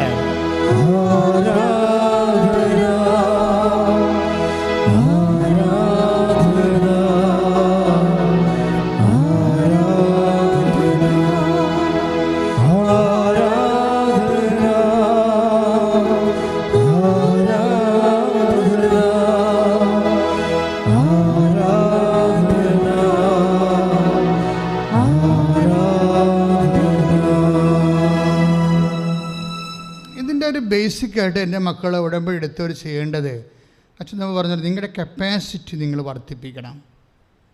കപ്പാസിറ്റി എന്ന് പറയുന്നത് നമ്മുടെ ഈ ഉടമ്പടിയിൽ പ്രാർത്ഥനയ്ക്ക് ഇൻ്റർസെസറി അല്ലെങ്കിൽ നമ്മുടെ പ്രെയർ എന്ന് പറയത്തില്ല. ഉടമ്പടിയിൽ പ്രെയർ അല്ല വരുന്നത്, ക്ലെയിമാണ് വരുന്നത്. എന്താ കാര്യം? ഉടമ്പടി പ്രകാരം ബൈലാറ്ററൽ എഗ്രിമെൻ്റ് അല്ലേ? എഗ്രിമെൻ്റ് പ്രകാരം നമുക്ക് കിട്ടുന്നത് എന്താണ്? അവകാശങ്ങളാണ് കിട്ടുന്നത്, അനുഗ്രഹങ്ങളല്ല. അതാണ് അത് വളരെ ശ്രദ്ധിച്ച് വേണം ഈ വിഷയം കഴിക്കാൻ. ഉടമ്പടി എന്ന് പറയുമ്പോൾ ബൈലാറ്ററാണ്, എന്നുവെച്ചാൽ ഉഭയകക്ഷി, രണ്ട് കക്ഷിയിലുണ്ടാവും. അപ്പോൾ ഇപ്പോൾ ബേറിത്തല്ലേ, ബേറിത്ത് എന്ന് പറഞ്ഞാൽ റിലേഷനാണ്. ഞാനും നീ ദൈവവുമായിട്ട് റിലേറ്റ് ചെയ്യാൻ. അമ്മയുടെ റോൾ എന്താണ്? മരിയൻ മീഡിയേഷനാണുള്ളത്. മീഡിയേഷൻ എന്ന് വെച്ചാൽ നമ്മളിവിടെ ചെയ്യണത് എന്താണ്? നോഹിനോട് ചെയ്ത ഉടമ്പടിയല്ല, എബ്രാഹത്തിനോട് ചെയ്ത ഉടമ്പടിയല്ല, മോസസിനോട് ചെയ്ത ഉടമ്പടിയല്ല. എന്താണ് ഇത്? മരിയൻ ഉടമ്പടിയാണ്. മരിയൻ ഉടമ്പടിയുടെ പ്രത്യേകത വെച്ചാൽ ഇപ്പം എബ്രാഹത്തിനോട് ഉടമ്പടി ചെയ്തെങ്കിലും അതിന് എബ്രാഹത്തിന് മാധ്യസ്ഥനില്ലല്ലോ. ദൈവം ഒരു കക്ഷി, എബ്രാഹിം ഒരു കക്ഷി, അതിലേ ഉള്ളൂ, മാധ്യസ്ഥനില്ല. അത് കാരണം അതിൻ്റെ അകത്ത് സാറായാണ് മാധ്യസ്ഥയായത്. പണിയായിപ്പോയി. സാറാ മാധ്യസ്ഥം വെച്ച് പണിയായിപ്പോയല്ലേ? അവരല്ലേ പറഞ്ഞ് ഹാഗറിനെ പ്രാപിക്കാൻ പറഞ്ഞിട്ടല്ലേ ഇസ്മയിൽ ജനിക്കുന്നത്. അപ്പോൾ ഇങ്ങനെ ഉടങ്കൊല്ലിയ മാധ്യസ്ഥന്മാരാണ് ഉണ്ടായത് എബ്രാഹത്തിനെ പറ്റി. അതുകൊണ്ടാണ് എബ്രാഹത്തിന് വർഷങ്ങളെടുത്തത് ഈ സംഭവം. വിശ്വസ്തത ആയിരുന്നെങ്കിലും സമയമെടുത്തു. ഇപ്പം എന്താ ഇതിന് സമയമെടുക്കാത്തതിനൊന്നും? മരിയൻ ഉടമ്പടി സമയമെടുക്കാത്തതിൻ്റെ കാരണം സമയ ഘടികാരം നെഞ്ചിൽ ചേർത്തിയാണ് 2004 മാതാവ് 10:8 സൂചി കാണിച്ചുകൊണ്ട് ദുരന്തമുണ്ടാകാമെന്ന് പ്രാർത്ഥിക്കണമെന്ന് പറഞ്ഞത്. അന്ന് മുതൽ സമയമാണ് ഒരു വിഷയം.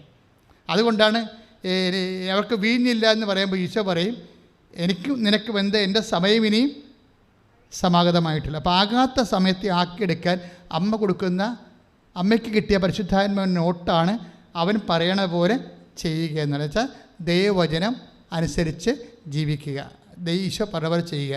നമ്മൾ ഈശോ പറഞ്ഞ പോലെ ജീവിച്ചോളാമെന്ന് അമ്മയുടെ മധ്യസ്ഥത്തിൽ പറയുകയാണ്. മനസ്സിലായില്ലേ? ഇതിൻ്റെ ഒരു മെക്കാനിസം അറിയണം. നമ്മൾ എന്താ ചെയ്യണത്? ഈശോ പറഞ്ഞ പോലെ, ഈശോ പറഞ്ഞ് ഞാൻ രോഗിയായിരുന്നു, നിങ്ങളെന്നെ സന്ദർശിച്ചു. അപ്പോഴും നമ്മളൊരു ഗവൺമെൻറ് ആശുപത്രിയിൽ പോകണം. ഗവൺമെൻറ് ആശുപത്രി രോഗികളുള്ളോ എന്ന് ചോദിച്ചു കഴിഞ്ഞാൽ നിങ്ങൾക്ക് ബന്ധം സ്വന്തം അല്ലാത്ത രോഗികൾ പിന്നെ എവിടെയാണ് ഉള്ളത്? എല്ലാവരും ഇപ്പോൾ മകളെ പ്രസവിക്കണമെങ്കിൽ മകളുടെ പ്രസവമാകുമ്പോൾ തന്നെ വീട്ടുകാരും കെട്ടിച്ച വീട്ടുകാരും കെട്ടിയ വീട്ടുകാരും അങ്ങനെ നമ്മുടെ ഇടിയല്ലേ? എന്താണ്?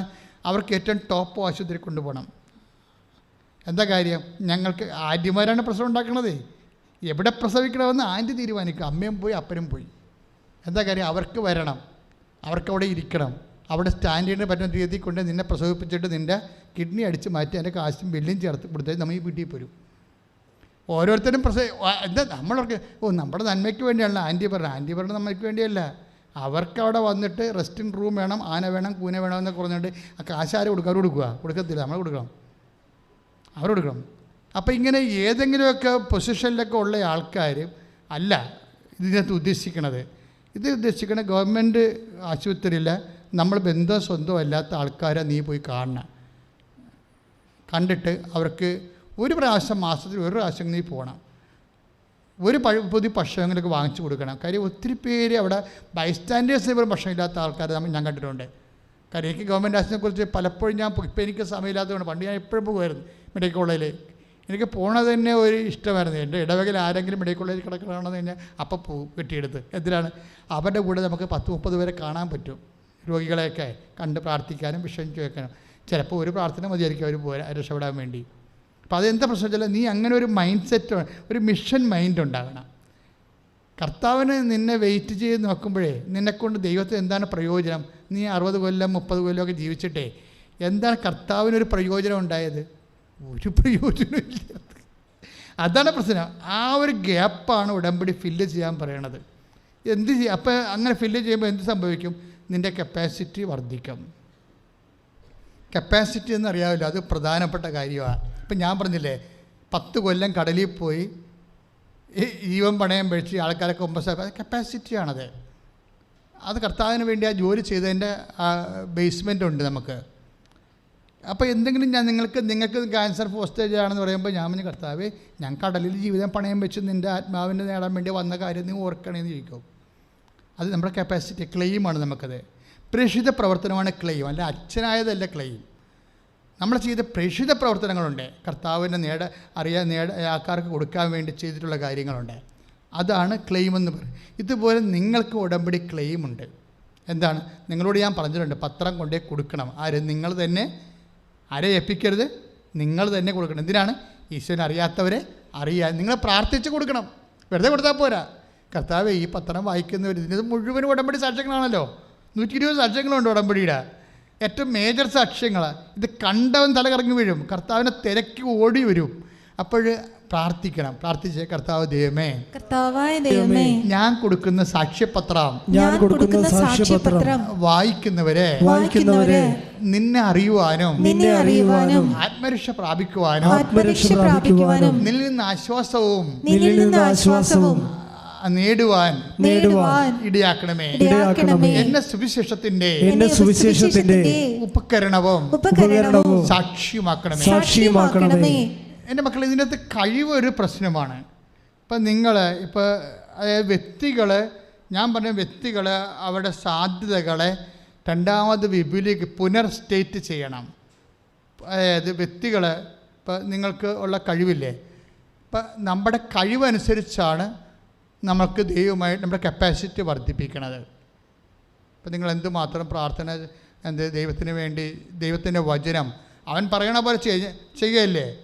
അതുകൊണ്ടാണ് നമ്മുടെ ഇഷ്ടക്കാരെ പോയി കാണരുതെന്ന് പറഞ്ഞതിൻ്റെ കാരണം.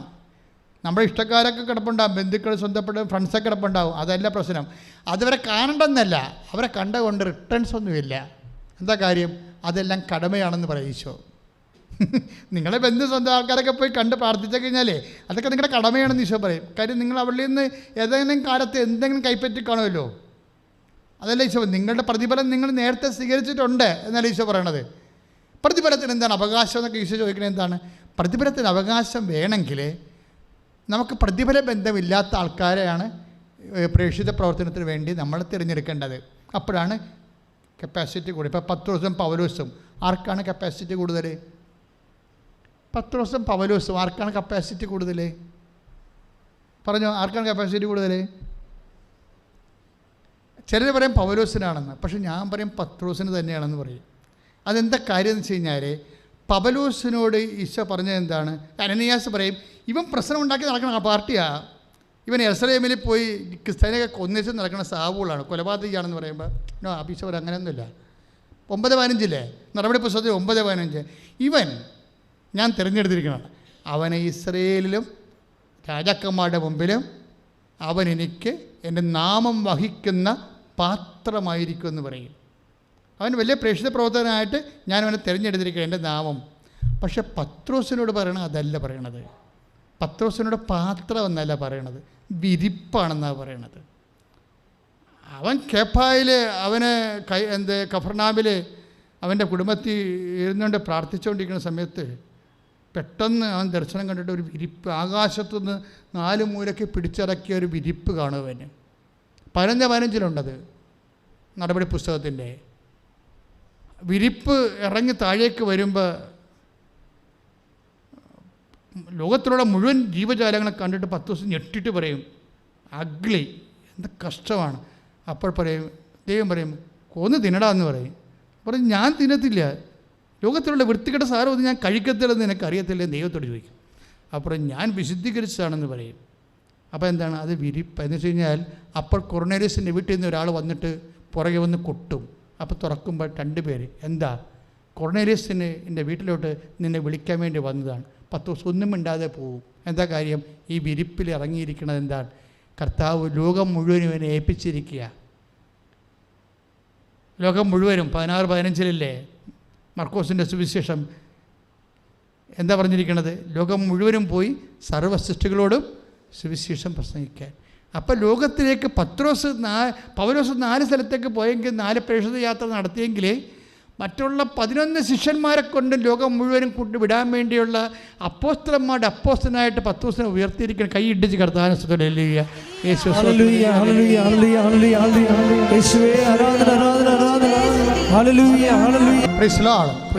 അപ്പം നടപടി 10:11 ആണ് ഈ വിരിപ്പെന്ന് പറയുന്നത്. ഞാൻ ഇത് ഇപ്പോൾ പറയാൻ കാര്യം എന്നറിയാം, ഇത് എനിക്ക് വെളുപ്പിനെ പ്രാർത്ഥിക്കുമ്പോൾ ഈശോ തന്നൊരു നോട്ടാണ്, അതിപ്പോൾ നിങ്ങൾക്ക് പകർന്നു തരേണ്ടത്. ഇതെല്ലാം ഫ്രഷ് ആയിട്ടുള്ള സാധനമാണ്. ഇത് ഇന്ന് രാവിലെ വെളുപ്പിനെ ഈശോ 3:30 4 മണിക്കോ സംസാരിച്ച വിഷയമാണ്. എന്തായി തരണം വെച്ച് കഴിഞ്ഞാൽ, നിങ്ങൾ ഇതുപോലെ പത്രോസാണ് പൗലോസാണെന്ന് പറഞ്ഞാലും കപ്പാസിറ്റിയിൽ വ്യത്യാസമുണ്ട്. നിങ്ങൾ നിങ്ങളുടെ കപ്പാസിറ്റി വർദ്ധിപ്പിക്കണം. അപ്പോൾ ക്ലെയിം താനേ ഉണ്ടാവും. നിങ്ങൾക്കിപ്പോൾ കോൺഫിഡൻസ് ഇല്ലല്ലോ. കോൺഫിഡൻസ് എന്ന് പറയുന്നത് നമ്മുടെ ക്ലെയിമാണ്. അതിൻ്റെ ബേസ്മെൻറ്റ് നമ്മുടെ കപ്പാസിറ്റിയാണ്. നിങ്ങൾ പ്രേക്ഷിത പ്രവർത്തനത്തിലൂടെ മാത്രമേ കപ്പാസിറ്റി വർദ്ധിപ്പിക്കാൻ പറ്റത്തുള്ളൂ. വിശ്വാസം, വിശ്വസ്തത കഴിഞ്ഞാൽ പിന്നെ അതെല്ലാം പ്രകടിപ്പിക്കണ എന്തിലൂടെയാണ്? പ്രവൃത്തിയിലൂടെയാണ് പ്രവർത്തിക്കുന്നത്. മനസ്സിലായില്ലേ? പ്രവൃത്തി എന്ന് പറയുന്നത് ആത്മാവിൻ്റെ വീണ്ടെടുപ്പ് പ്രവർത്തനമാണ്, എന്തെങ്കിലും പ്രവർത്തനമല്ല.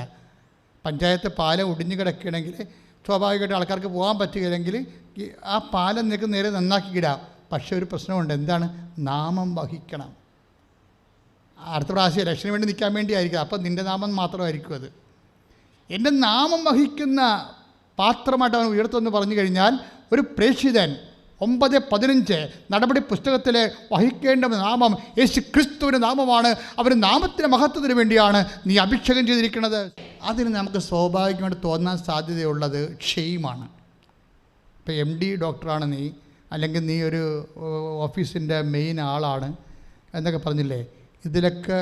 പക്ഷേ പ്രേക്ഷിത പ്രവർത്തനത്തിന് മുമ്പിൽ നീ എന്തുമാത്രം ഉന്നതനുള്ള വ്യക്തിയാണെങ്കിൽ നീ കർത്താവിന് വേണ്ടി നീ നിന്നെ തന്നെ സമർപ്പിച്ച് കഴിയുമ്പോൾ നിൻ്റെ ഔന്നത്യം പിന്നെയും വർദ്ധിക്കുകയുള്ളൂ, കുറയത്തില്ല. അതാണ് ഈശോ പറയുന്നത്, മനുഷ്യരുടെ മുമ്പിൽ എന്നെ ഏറ്റു പറയുന്നവനെ. പറഞ്ഞേ, എൻ്റെ സ്വർഗസ്ഥനായ പിതാവിൻ്റെ മുമ്പിൽ ഞാനും ഏറ്റു പറയും. അപ്പോൾ എന്തൊരു ഉയർച്ചയാണ് വരണത്? എല്ലായിടത്തും തന്നെ ഏറ്റു പറയും. നിനക്ക് ഒരു പ്രൊമോഷൻ തായോ എന്നും പറഞ്ഞു നീ ആരുടെടുത്തും കൈ നീട്ടി ഇങ്ങനെ തെണ്ടിത്തിരിഞ്ഞ് നടക്കേണ്ട കാര്യമില്ല. നിൻ്റെ പ്രൊമോഷൻ നിൻ്റെ കൈ കൊണ്ടും തരൂ. കഴിഞ്ഞ ദിവസത്തെ സാക്ഷ്യം കണ്ടില്ലേ, ആ ചേച്ചിക്ക് പ്രൊമോഷൻ 60 കിലോമീറ്റർ അകലെയാണ്. അപ്പോൾ അവൾ പറഞ്ഞു ഞാൻ പോകത്തില്ല. എന്താ? ഞാൻ ഉടമ്പടി ചെയ്തിട്ടുണ്ടെന്ന്. എന്താ കാര്യം? അവിടെ അമ്മ രോഗിയായിട്ട് വീട്ടിൽ കിടക്കണേ. അവർക്ക് പണ്ട് ഭർത്താവ് രോഗിയായിരുന്നു. അപ്പോൾ അതുകൊണ്ട് ഭർത്താവിൻ്റെ പേരിൽ ഒരു ലീനിയൻ്റ് കാണിച്ചു. എന്നിട്ട് ഗവൺമെൻറ് ഓഫീസർമാർ പോകരുതെന്നല്ല എൻ്റെ അച്ഛൻ പറഞ്ഞതിൻ്റെ കാര്യം. ഇവർക്ക് പോകാൻ പറ്റത്തില്ല, ഭർത്താവ് രോഗിയാണ്, അമ്മയും രോഗിയാണ്. അപ്പോൾ ഭർത്താവ് മരിച്ചു. അപ്പോൾ ഗവൺമെൻറ് പറഞ്ഞ് ശരി, നിങ്ങൾ ആ ഭർത്താവിൻ്റെ പേരിലാണ് നിങ്ങൾക്ക് ട്രാൻസ്ഫർ തരായിരുന്നത്, ഇപ്പോൾ ഭർത്താവ് മരിച്ചതിലേക്ക് പ്രശ്നമൊന്നുമില്ല, ക്ലെയിമൊന്നുമില്ല, മര്യാദക്ക് പോയിക്കൊള്ളാൻ പറഞ്ഞു. 60 കിലോമീറ്റർ അകലെ. അപ്പോൾ അവൾ ഒന്നും പറഞ്ഞില്ല. അമ്മയോട് പറഞ്ഞു, അമ്മേ 60 കിലോമീറ്റർ എങ്ങനെ പോകും? എൻ്റെ അമ്മ കിടക്കണ അവസ്ഥ കണ്ടില്ലേ എന്ന് പറയും. അപ്പോൾ ആന്തരിക ബോധ്യം കൊടുത്തു, നീ പോകത്തില്ലെന്ന് പറഞ്ഞ്. എന്നിട്ട് റിലീവിംഗ് ഓർഡർ സെൻഡ് ഓഫ് കൊടുത്തു അവർക്ക് അവിടുന്ന് പോകാൻ വേണ്ടി. അടുത്ത ഓഫീസിൽ ചെന്ന് 60 കിലോമീറ്റർ അകലെയുള്ള ഓഫീസിൽ ചെന്നപ്പോൾ അവർ പറഞ്ഞ്, മാഡം നിങ്ങളുടെ നിങ്ങൾ ചാർജിൻ്റെ ഷീറ്റാണിത്, ഇത് നിങ്ങൾ കൈ ഏറ്റ് കഴിഞ്ഞാൽ നിങ്ങൾക്ക് ഇവിടെ ഇരിക്കേണ്ടി വരും. പക്ഷേ രാത്രി ഒരു ഓർഡർ ഉണ്ടായിട്ടുണ്ട്, എന്നുവെച്ചാൽ നിങ്ങൾക്ക് നിങ്ങളുടെ സ്ഥലത്ത് തന്നെ പോയി പ്രൊമോഷനായിട്ട് രാത്രി കൊണ്ട് ഓർഡർ ചെയ്യും. അതായത് എന്നിട്ട് അവർ സത്യം പറഞ്ഞ്, നിങ്ങളിത് കൈപ്പറ്റിക്കഴിഞ്ഞാൽ നിങ്ങൾ പിന്നെ ഒന്നും ചെയ്യാൻ പറ്റത്തില്ല, ഇവിടെ ഇൻസ്റ്റൻ്റായി പോകും, ഇത് കൈ പറ്റരുത്. നിങ്ങൾ ഓർഡർ കൊടുക്കുന്ന ഓഫീസർ തന്നെ പറയുകയാണ്, മാഡം ഇത് കൈ പറ്റരുതെന്ന് പറയും. എന്താ കാര്യം? ഇങ്ങനെ ഒരു പ്രൊവിഷൻ രാത്രി ഉണ്ടായിട്ടുണ്ട്. അതുകൊണ്ട് നിങ്ങളത് വെച്ച് സെക്രട്ടേറിയറ്റുമായിട്ട് ബന്ധപ്പെട്ട് കഴിഞ്ഞാൽ നിങ്ങൾക്ക് നിങ്ങളുടെ സ്ഥലത്ത് തന്നെ പോകാം. എന്താണ്? ഉടമ്പടി ചെയ്തിരിക്കുകയാണ്. അമ്മ ഒരു തീരുമാനം എടുത്തു കഴിഞ്ഞാൽ ആ തീരുമാനത്തിൻ്റെ മുകളിലേ സത്യസന്ധമായിരിക്കും. അല്ല നിങ്ങൾക്ക് വേഷം കെട്ട് കാണിക്കാൻ വേണ്ടി മറ്റുള്ളവരെ പറ്റിക്കാനും സർക്കാരിനെ പറ്റിക്കാനും അല്ല, മറിച്ച് സത്യസന്ധമാണ് നിങ്ങളുടെ ആവശ്യമെന്നുണ്ടെങ്കിൽ അമ്മ അത് ഓണർ ചെയ്യും. പക്ഷേ ഓർഡർ ചെയ്യുമ്പോൾ ഇതുപോലെ കപ്പാസിറ്റി വർദ്ധിപ്പിച്ചിരിക്കണം. നിങ്ങൾക്കൊരു ക്ലെയിം വേണ്ടേ? ചുമ്മാ ഉടമ്പടി കൊണ്ടുവന്നിട്ട് ഇപ്പോൾ വികാസ് പുന്നാൻ്റെ പെട്ടി കൊണ്ടുവന്ന് അപേക്ഷ കൊണ്ടുവന്നിട്ട് ഡംപ് ചെയ്യണ പോലെ പോയിട്ട് തോന്നിവാസം ജീവിച്ചാൽ പറ്റുക. നിങ്ങളുടെ ക്ലെയിം വർദ്ധിക്കണം. എന്താ പ്രശ്നം വെച്ച് കഴിഞ്ഞാൽ ഇതിനെല്ലാം യേശുനാമത്തെ നിങ്ങൾ വഹിക്കണം. അതാണ് എൻ്റെ നാമം വഹിക്കണമെന്ന് പറഞ്ഞതിൻ്റെ കാര്യം. അതാണ് ഒരു പ്രേക്ഷിതൻ, ഒരു കപ്പാസിറ്റി വർദ്ധിക്കുന്ന വ്യക്തി 9:15 നടപടി പുസ്തകം അനുസരിച്ചുകൊണ്ട് യേശുക്രിസ്തുവിൻ്റെ നാമം വഹിക്കണം. അവൻ്റെ നാമം വഹിക്കുക എന്ന് വെച്ച് കഴിഞ്ഞാൽ അവൻ്റെ വചനം കേൾക്കുക, അത് ജീവിക്കുക, അവന് വേണ്ടി സാക്ഷ്യം വഹിക്കുക. അത് ആര് ജാതിയും മതവും ഒന്നും നോക്കാതെയാണ് കർത്താവിന് നാമം വഹിക്കേണ്ടത്. എന്താ കാര്യം? രോഗിക്ക് വല്ല മതമുണ്ടോ? ദാരിദ്ര്യം പിടിച്ച് വിഷമിച്ച് നടക്കുന്ന ആൾക്കാർക്ക് വല്ല ജാതിയുണ്ട്? എല്ലാം ആവശ്യക്കാർ മാത്രമേ ഉള്ളൂ. ആരാണ് നിത്യജീവൻ പ്രാപിക്കേണ്ടതിന് ആരാണ് ഞാൻ എന്ത് പറയുമ്പോൾ ആവശ്യക്കാരൻ ആരാണെന്നാണ് ഈശോ ചോദിച്ചത്. നിൻ്റെ മുമ്പിൽ കാണുന്ന ആവശ്യക്കാരൻ ആരാണ്? കാരണം കേരളത്തിൻ്റെ പുതിയ പശ്ചാത്തലത്തിൽ ആവശ്യക്കാരനല്ലല്ല, ഉടനെ ജാതി ചോദിക്കും, ഉടനെ മതം ചോദിക്കും. കർത്താവ് പറഞ്ഞു ജാതിയും മതവും എന്നല്ല ചോദിക്കേണ്ടത്, അവൻ്റെ ആവശ്യം. അതുകൊണ്ടാണ് ഞാൻ നിങ്ങളോട് പറയണത് പലപ്പോഴും, എന്താ നിങ്ങളുടെ വിഷയം എന്താണെന്ന് നോക്കത്തുള്ളൂ, വ്യക്തി ആരാണ് ഞങ്ങൾ നോക്കത്തില്ല. നിങ്ങളുടെ വിഷയം ഡ്രാസ്റ്റിക്കാണ്, നിങ്ങൾക്ക് സർവ് ചെയ്യാൻ പറ്റത്തില്ല, വിതിൻ നോ ടൈം ആണെങ്കിൽ എമർജൻസി ആയിട്ട് വിളിപ്പിച്ചിട്ട് നിങ്ങളെ ബെസ്റ്റ് ചെയ്തിരിക്കും. ഉടമ്പടി പുതുക്കി എടുത്താൽ മാത്രം മതി, പുതുക്കണ പോലും ഇല്ല, അപ്പം തന്നെ വിളിപ്പിക്കും. പക്ഷേ രേഖ അവിടെ കാണിക്കണമെന്നേ ഉള്ളൂ. ഞാൻ പറഞ്ഞു വരുന്നത് വേറെ ഒരു വചനം കണ്ടില്ല, അതുകൊണ്ട് നമ്മൾ അവസാനിപ്പിക്കുന്നത് സുവിശേഷം. അതായത് 9:26 അതായത് ഒരുവൻ എന്നെക്കുറിച്ചോ പറഞ്ഞേ, ഒരുവൻ എന്നെക്കുറിച്ചോ എൻ്റെ വചനങ്ങളെക്കുറിച്ചോ എന്റെ വചനങ്ങളെക്കുറിച്ചോ ലജ്ജിച്ചാൽ അവനെക്കുറിച്ച് മനുഷ്യപുത്രനും എൻ്റെ പിതാവിൻ്റെയും വിശുദ്ധ ദൂതന്മാരുടെയും മഹത്വത്തിൽ വരുമ്പോൾ ലജ്ജിക്കും. ഇത് ലുക്കായുടെ സുവിശേഷം 9:26. അതായത് മത്തായി 10:36 നമ്മൾ ആദ്യം വായിച്ചത് അല്ലേ? 32 എന്താണ്? മനുഷ്യരുടെ മുമ്പിൽ എന്നെ ഏറ്റു പറയുന്നവനെ എൻ്റെ സ്വർഗ്ഗസ്ഥനായ പിതാവിൻ്റെ മുമ്പിൽ ഞാൻ ഏറ്റു പറയും. അതിൻ്റെ റിവേഴ്സ് വചനമുണ്ട്. എന്താണ്? എന്നെക്കുറിച്ച് ലജ്ജിച്ചാൽ ഞാനും ലജ്ജിക്കും. ഇപ്പം കപ്പാസിറ്റി ബ്രോട്ട് ഫോർ, അതായത് നിങ്ങൾ വർദ്ധിപ്പിക്കുന്നതിൻ്റെ ഉദ്ദേശം എന്ന് പറയുന്നത് കർത്താവിന് നാം വഹിച്ച് പ്രേക്ഷിത പ്രവർത്തനങ്ങൾ ചെയ്യണം. അതിനാണ് ഇപ്പോഴ് വസ്ത്രമില്ലാത്തവർ ഇന്നും ഉണ്ടോ നിങ്ങൾ ചോദിക്കും. വസ്ത്രം കൂടിയ ആൾക്കാർ ഇന്ന് ഒത്തിരി ഉണ്ട്, പക്ഷേ വസ്ത്രമില്ലാത്തവരുണ്ട്. നിങ്ങൾക്കതൊരു ജോലിയായിട്ട് എടുക്കണം. അത് തിരക്കിപ്പോണം. എന്താ വെച്ചാൽ ഇപ്പം ചിലരൊക്കെ വസ്ത്രം കൊണ്ട് ഇവിടെ തരും. അതെന്താ കാര്യം വെച്ച് കഴിഞ്ഞാൽ അവർ കൊടുത്തിട്ട് പിന്നെ അവർക്ക് ആളെ കാണുന്നില്ല എന്നുണ്ടെങ്കിൽ ഞങ്ങളിവിടെ ഒരു മിഷൻ ഗ്രൂപ്പ് ഉണ്ടാക്കി, ചാരിറ്റി ഉടമ്പടി ചാരിറ്റി മിഷൻ. ഒരു ആംബുലൻസ് എടുത്തിട്ട് വീടുകളിൽ പോലും കയറി ഇറങ്ങി പാവപ്പെട്ടവർ താമസിക്കുന്ന സ്ഥലങ്ങളിൽ പോയിട്ട് ആ കുടുംബങ്ങളിലൊക്കെ ചുറ്റുവടക്കം നോക്കി എടുത്തിട്ട് അവിടെ ചിലപ്പോൾ മരുന്ന് വാങ്ങിച്ചു കൊടുക്കും, ചിലപ്പോൾ പൈസ കൊടുക്കും, അല്ലെങ്കിൽ അവർക്ക് വസ്ത്രം കൊടുക്കും. അപ്പം അങ്ങനെ ഒരു ശുശ്രൂഷ നിങ്ങൾക്കൊക്കെ ശുശ്രൂഷ ചേരാൻ കേട്ടോ. ഉടമ്പടി എടുക്കുമ്പോഴേ നിങ്ങൾക്കും കൃപാസന അമ്മയുടെ കൂടെ ഉടമ്പടി ചേർന്നിട്ടേ ഉടമ്പടിയുടെ ആ പ്രേക്ഷിത പ്രവർത്തനത്തിൽ പങ്കെടുത്തിട്ട് നിങ്ങളും പറഞ്ഞു കർത്താവ് 6 മാസം ഞങ്ങളും ശുശ്രൂഷ ചെയ്തോളാം, ഇവിടെ വന്ന് നിന്ന് താമസിച്ച് ചെയ്യണം. എന്ത് ജോലി വേണം ചെയ്യാൻ മനസ്സുണ്ടാകണമെന്നേ ഉള്ളൂ. പ്രേക്ഷിതൻ്റെ ജോലി എന്ന് പറഞ്ഞാൽ അതാ. ഈശോയുടെ കൂടെ എന്തെല്ലാം ജോലി ഉണ്ടായിരുന്നു. വിറക് വെട്ടിയ ആൾക്കാരുണ്ടായിരുന്നു, കല്ല് മാറ്റി കൊടുത്ത ആൾക്കാരുണ്ടായിരുന്നു ഇല്ലേ? സഖ്യപുസ്തകം മരത്തിൽ നിന്ന് പിടിച്ചിറക്കിയ ആൾക്കാരുണ്ടായിരുന്നു. അയാൾ തനത് ഇറങ്ങിയെന്നാണ് വിചാരിക്കണത്. ഇതുപോലെ ഓരോരുത്തർക്കും പറ്റുന്ന ജോലി ശുശ്രൂഷയായിട്ട് ചെയ്യാൻ ദൈവമഹത്വത്തിന് വേണ്ടി ചെയ്ത് പ്രേക്ഷിത പ്രവർത്തനം ചെയ്യുക. ഇതുപോലെ ഞങ്ങൾ ചാരിറ്റി മിഷനായിട്ട് ആൾക്കാരെ പറഞ്ഞ് കുടുംബങ്ങളിൽ വിടുമ്പോൾ പ്രാർത്ഥിച്ചു പോകാൻ കഴിയും. പ്രാർത്ഥനാവരം വേണം, അല്ലെങ്കിൽ ഇതൊന്നും വിജയിക്കത്തില്ല. അല്ലെങ്കിൽ ഞാൻ എൻ്റെ വിദ്യാഭ്യാസം എൻ്റെ കുടുംബ മഹിതമേ എന്നൊക്കെ പറഞ്ഞ് തറവാടിത്വം പറഞ്ഞുകൊണ്ടിരിക്കും. തോമസ് ശരിയാനെ തിരിച്ച് ജ്ഞാനസാരപ്പെടുത്തിയ ആൾക്കാർ ഒരു കേരളത്തിലുണ്ട്. അതാണ് അവസ്ഥ. അപ്പം അതുകൊണ്ട് നിങ്ങളുടെ ഇതൊന്നും പറയരുത്. എന്ന് വെച്ച് കഴിഞ്ഞാൽ ഞങ്ങൾ പ്രയോജനദസ്തന്മാർ ദാസന്മാരാണ്, കടമ നിർവഹിക്കുക മാത്രമേ ചെയ്തിട്ടുള്ളൂ എന്ന് പറയുന്ന രീതിയിലുള്ള പ്രേക്ഷിത മനോഭാവം വന്നാൽ അവൻ അമർത്തി കുരുക്കി നിറച്ചളന്ന് നിൻ്റെ മടിയിലോട്ട് ചൊരിയും. കാര്യം അവൻ ഒന്നും ബാക്കി വെക്കാതെ നൽകുന്ന പിതാവായ ദൈവത്തിൻ്റെ മകനാണ് നിങ്ങളെ അനുഗ്രഹിക്കുന്നത്. അതാണ് ഈ കാണുന്ന കുരിശെന്ന് പറയണത്. ഒരു കുറവിറച്ചിയായിട്ട് ഒരു ചാൻ തുണിയുടെ നഗ്നതയിലെ അവൻ നമ്മൾക്ക് വേണ്ടി അവൻ്റെ ശരീരം ഭാഗിച്ച് വിധിച്ച് തന്നാലേ അതിനെക്കുറിച്ച് അപ്പോസ്തലൻ അനുഭവിച്ച ക്രിസ്തു അനുഭവത്തെക്കുറിച്ച് പറയണത് നമുക്ക് യേശു ക്രിസ്തു നൽകിയവൻ അവനോടൊരു സമസ്തവും നമുക്ക് നൽകത്തില്ലേ എന്നാണ്. ആ സമസ്തവും നൽകപ്പെടുന്നത് ഈ കാര്യങ്ങൾ ഉടമ്പടിയിലൂടെയാണ്. കൈയടിച്ച് കർത്താവ് സ്തുതിക്കട്ടെ.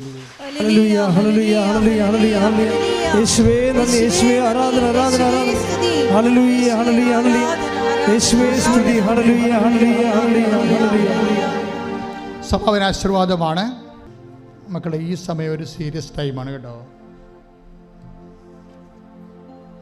നിങ്ങൾ മൗനമായിട്ട് പ്രാർത്ഥിക്കേണ്ടതാണ്. ആശീർവാദം കർത്താവ് ആശീർവദിക്കുന്ന സമയമാണ്. ഇതുകൊണ്ട് കുറേ സാക്ഷ്യം ഉണ്ടാവും. അതുകൊണ്ട് നിങ്ങൾ കണ്ണീരോടെ പ്രാർത്ഥിക്കുക. എന്ത് വിഷയമാണ് നിങ്ങൾ ഉടമ്പടി ചെയ്തിരിക്കുന്നത്, അങ്ങനെ ചെയ്യാൻ പോകുന്നത്? അമ്മ മാതാവ് ഈ സമയത്ത് ജീവനോടെ പ്രത്യക്ഷപ്പെട്ട സ്ഥലത്ത് അമ്മ നിങ്ങൾക്ക് വേണ്ടി മധ്യസ്ഥം വഹിക്കുന്ന സമയമാണ്. അമ്മയോട് പറയാം, അമ്മേ ഈ വിഷയത്തിൻ്റെ മേലെ എനിക്ക് സാക്ഷ്യം പറയാനോട്ടിനെ സാധിക്കണേ, എനിക്ക് വേണ്ടി മധ്യസ്ഥം വഹിക്കണേ എന്ന് മൗനമായി പ്രാർത്ഥിച്ചുകൊണ്ടിരിക്കുക. രോഗികളാണെങ്കിൽ എവിടെയാണ് രോഗം അവിടെ കൈവച്ചുകൊണ്ട് വിശ്വാസ പ്രമാണം ചൊല്ലിക്കൊണ്ടിരിക്കണം. രോഗികളാണെങ്കിൽ എവിടെയാണ് രോഗം, പിസ്റ്റുല ഉള്ളവർ അടിവയറ്റ് കൈവെക്കണം, കിഡ്നി രോഗമുള്ളവർ നടുവിൽ കൈവെക്കണം, കരളിന് രോഗമുള്ളവർ ബ്രസ്റ്റിന് താഴെ കൈവെക്കണം, അല്ലെങ്കിൽ നെഞ്ചിന് താഴെ കൈവെക്കണം, ഹാർട്ട് രോഗികൾ ഇടതുവശത്ത് കൈവെക്കണം, പ്രോസ്റ്റേറ്റ് രോഗികളും തൈറോയ്ഡ് രോഗികളും തൊണ്ടയിൽ കൈവെക്കണം, പ്രഷർ രോഗികൾ തലയിൽ കൈവെക്കണം, ഇങ്ങനെ അല്ലെങ്കിൽ നെഞ്ചിൽ കൈവെക്കണം. ഇങ്ങനെ എവിടെയാണ് രോഗമുള്ളത് അവിടെ കൈവച്ചുകൊണ്ട് വിശ്വാസ പ്രമാണം ചെയ്തുകൊണ്ടിരിക്കണം. അച്ഛൻ്റെ ആശീർവാദ സമയത്ത് കർത്താവ് സൗഖ്യപ്പെടുത്തും, ഞാൻ കർത്താവിന് സാക്ഷിയാകുമെന്നുള്ളിൽ പറഞ്ഞുകൊണ്ടേയിരിക്കണം.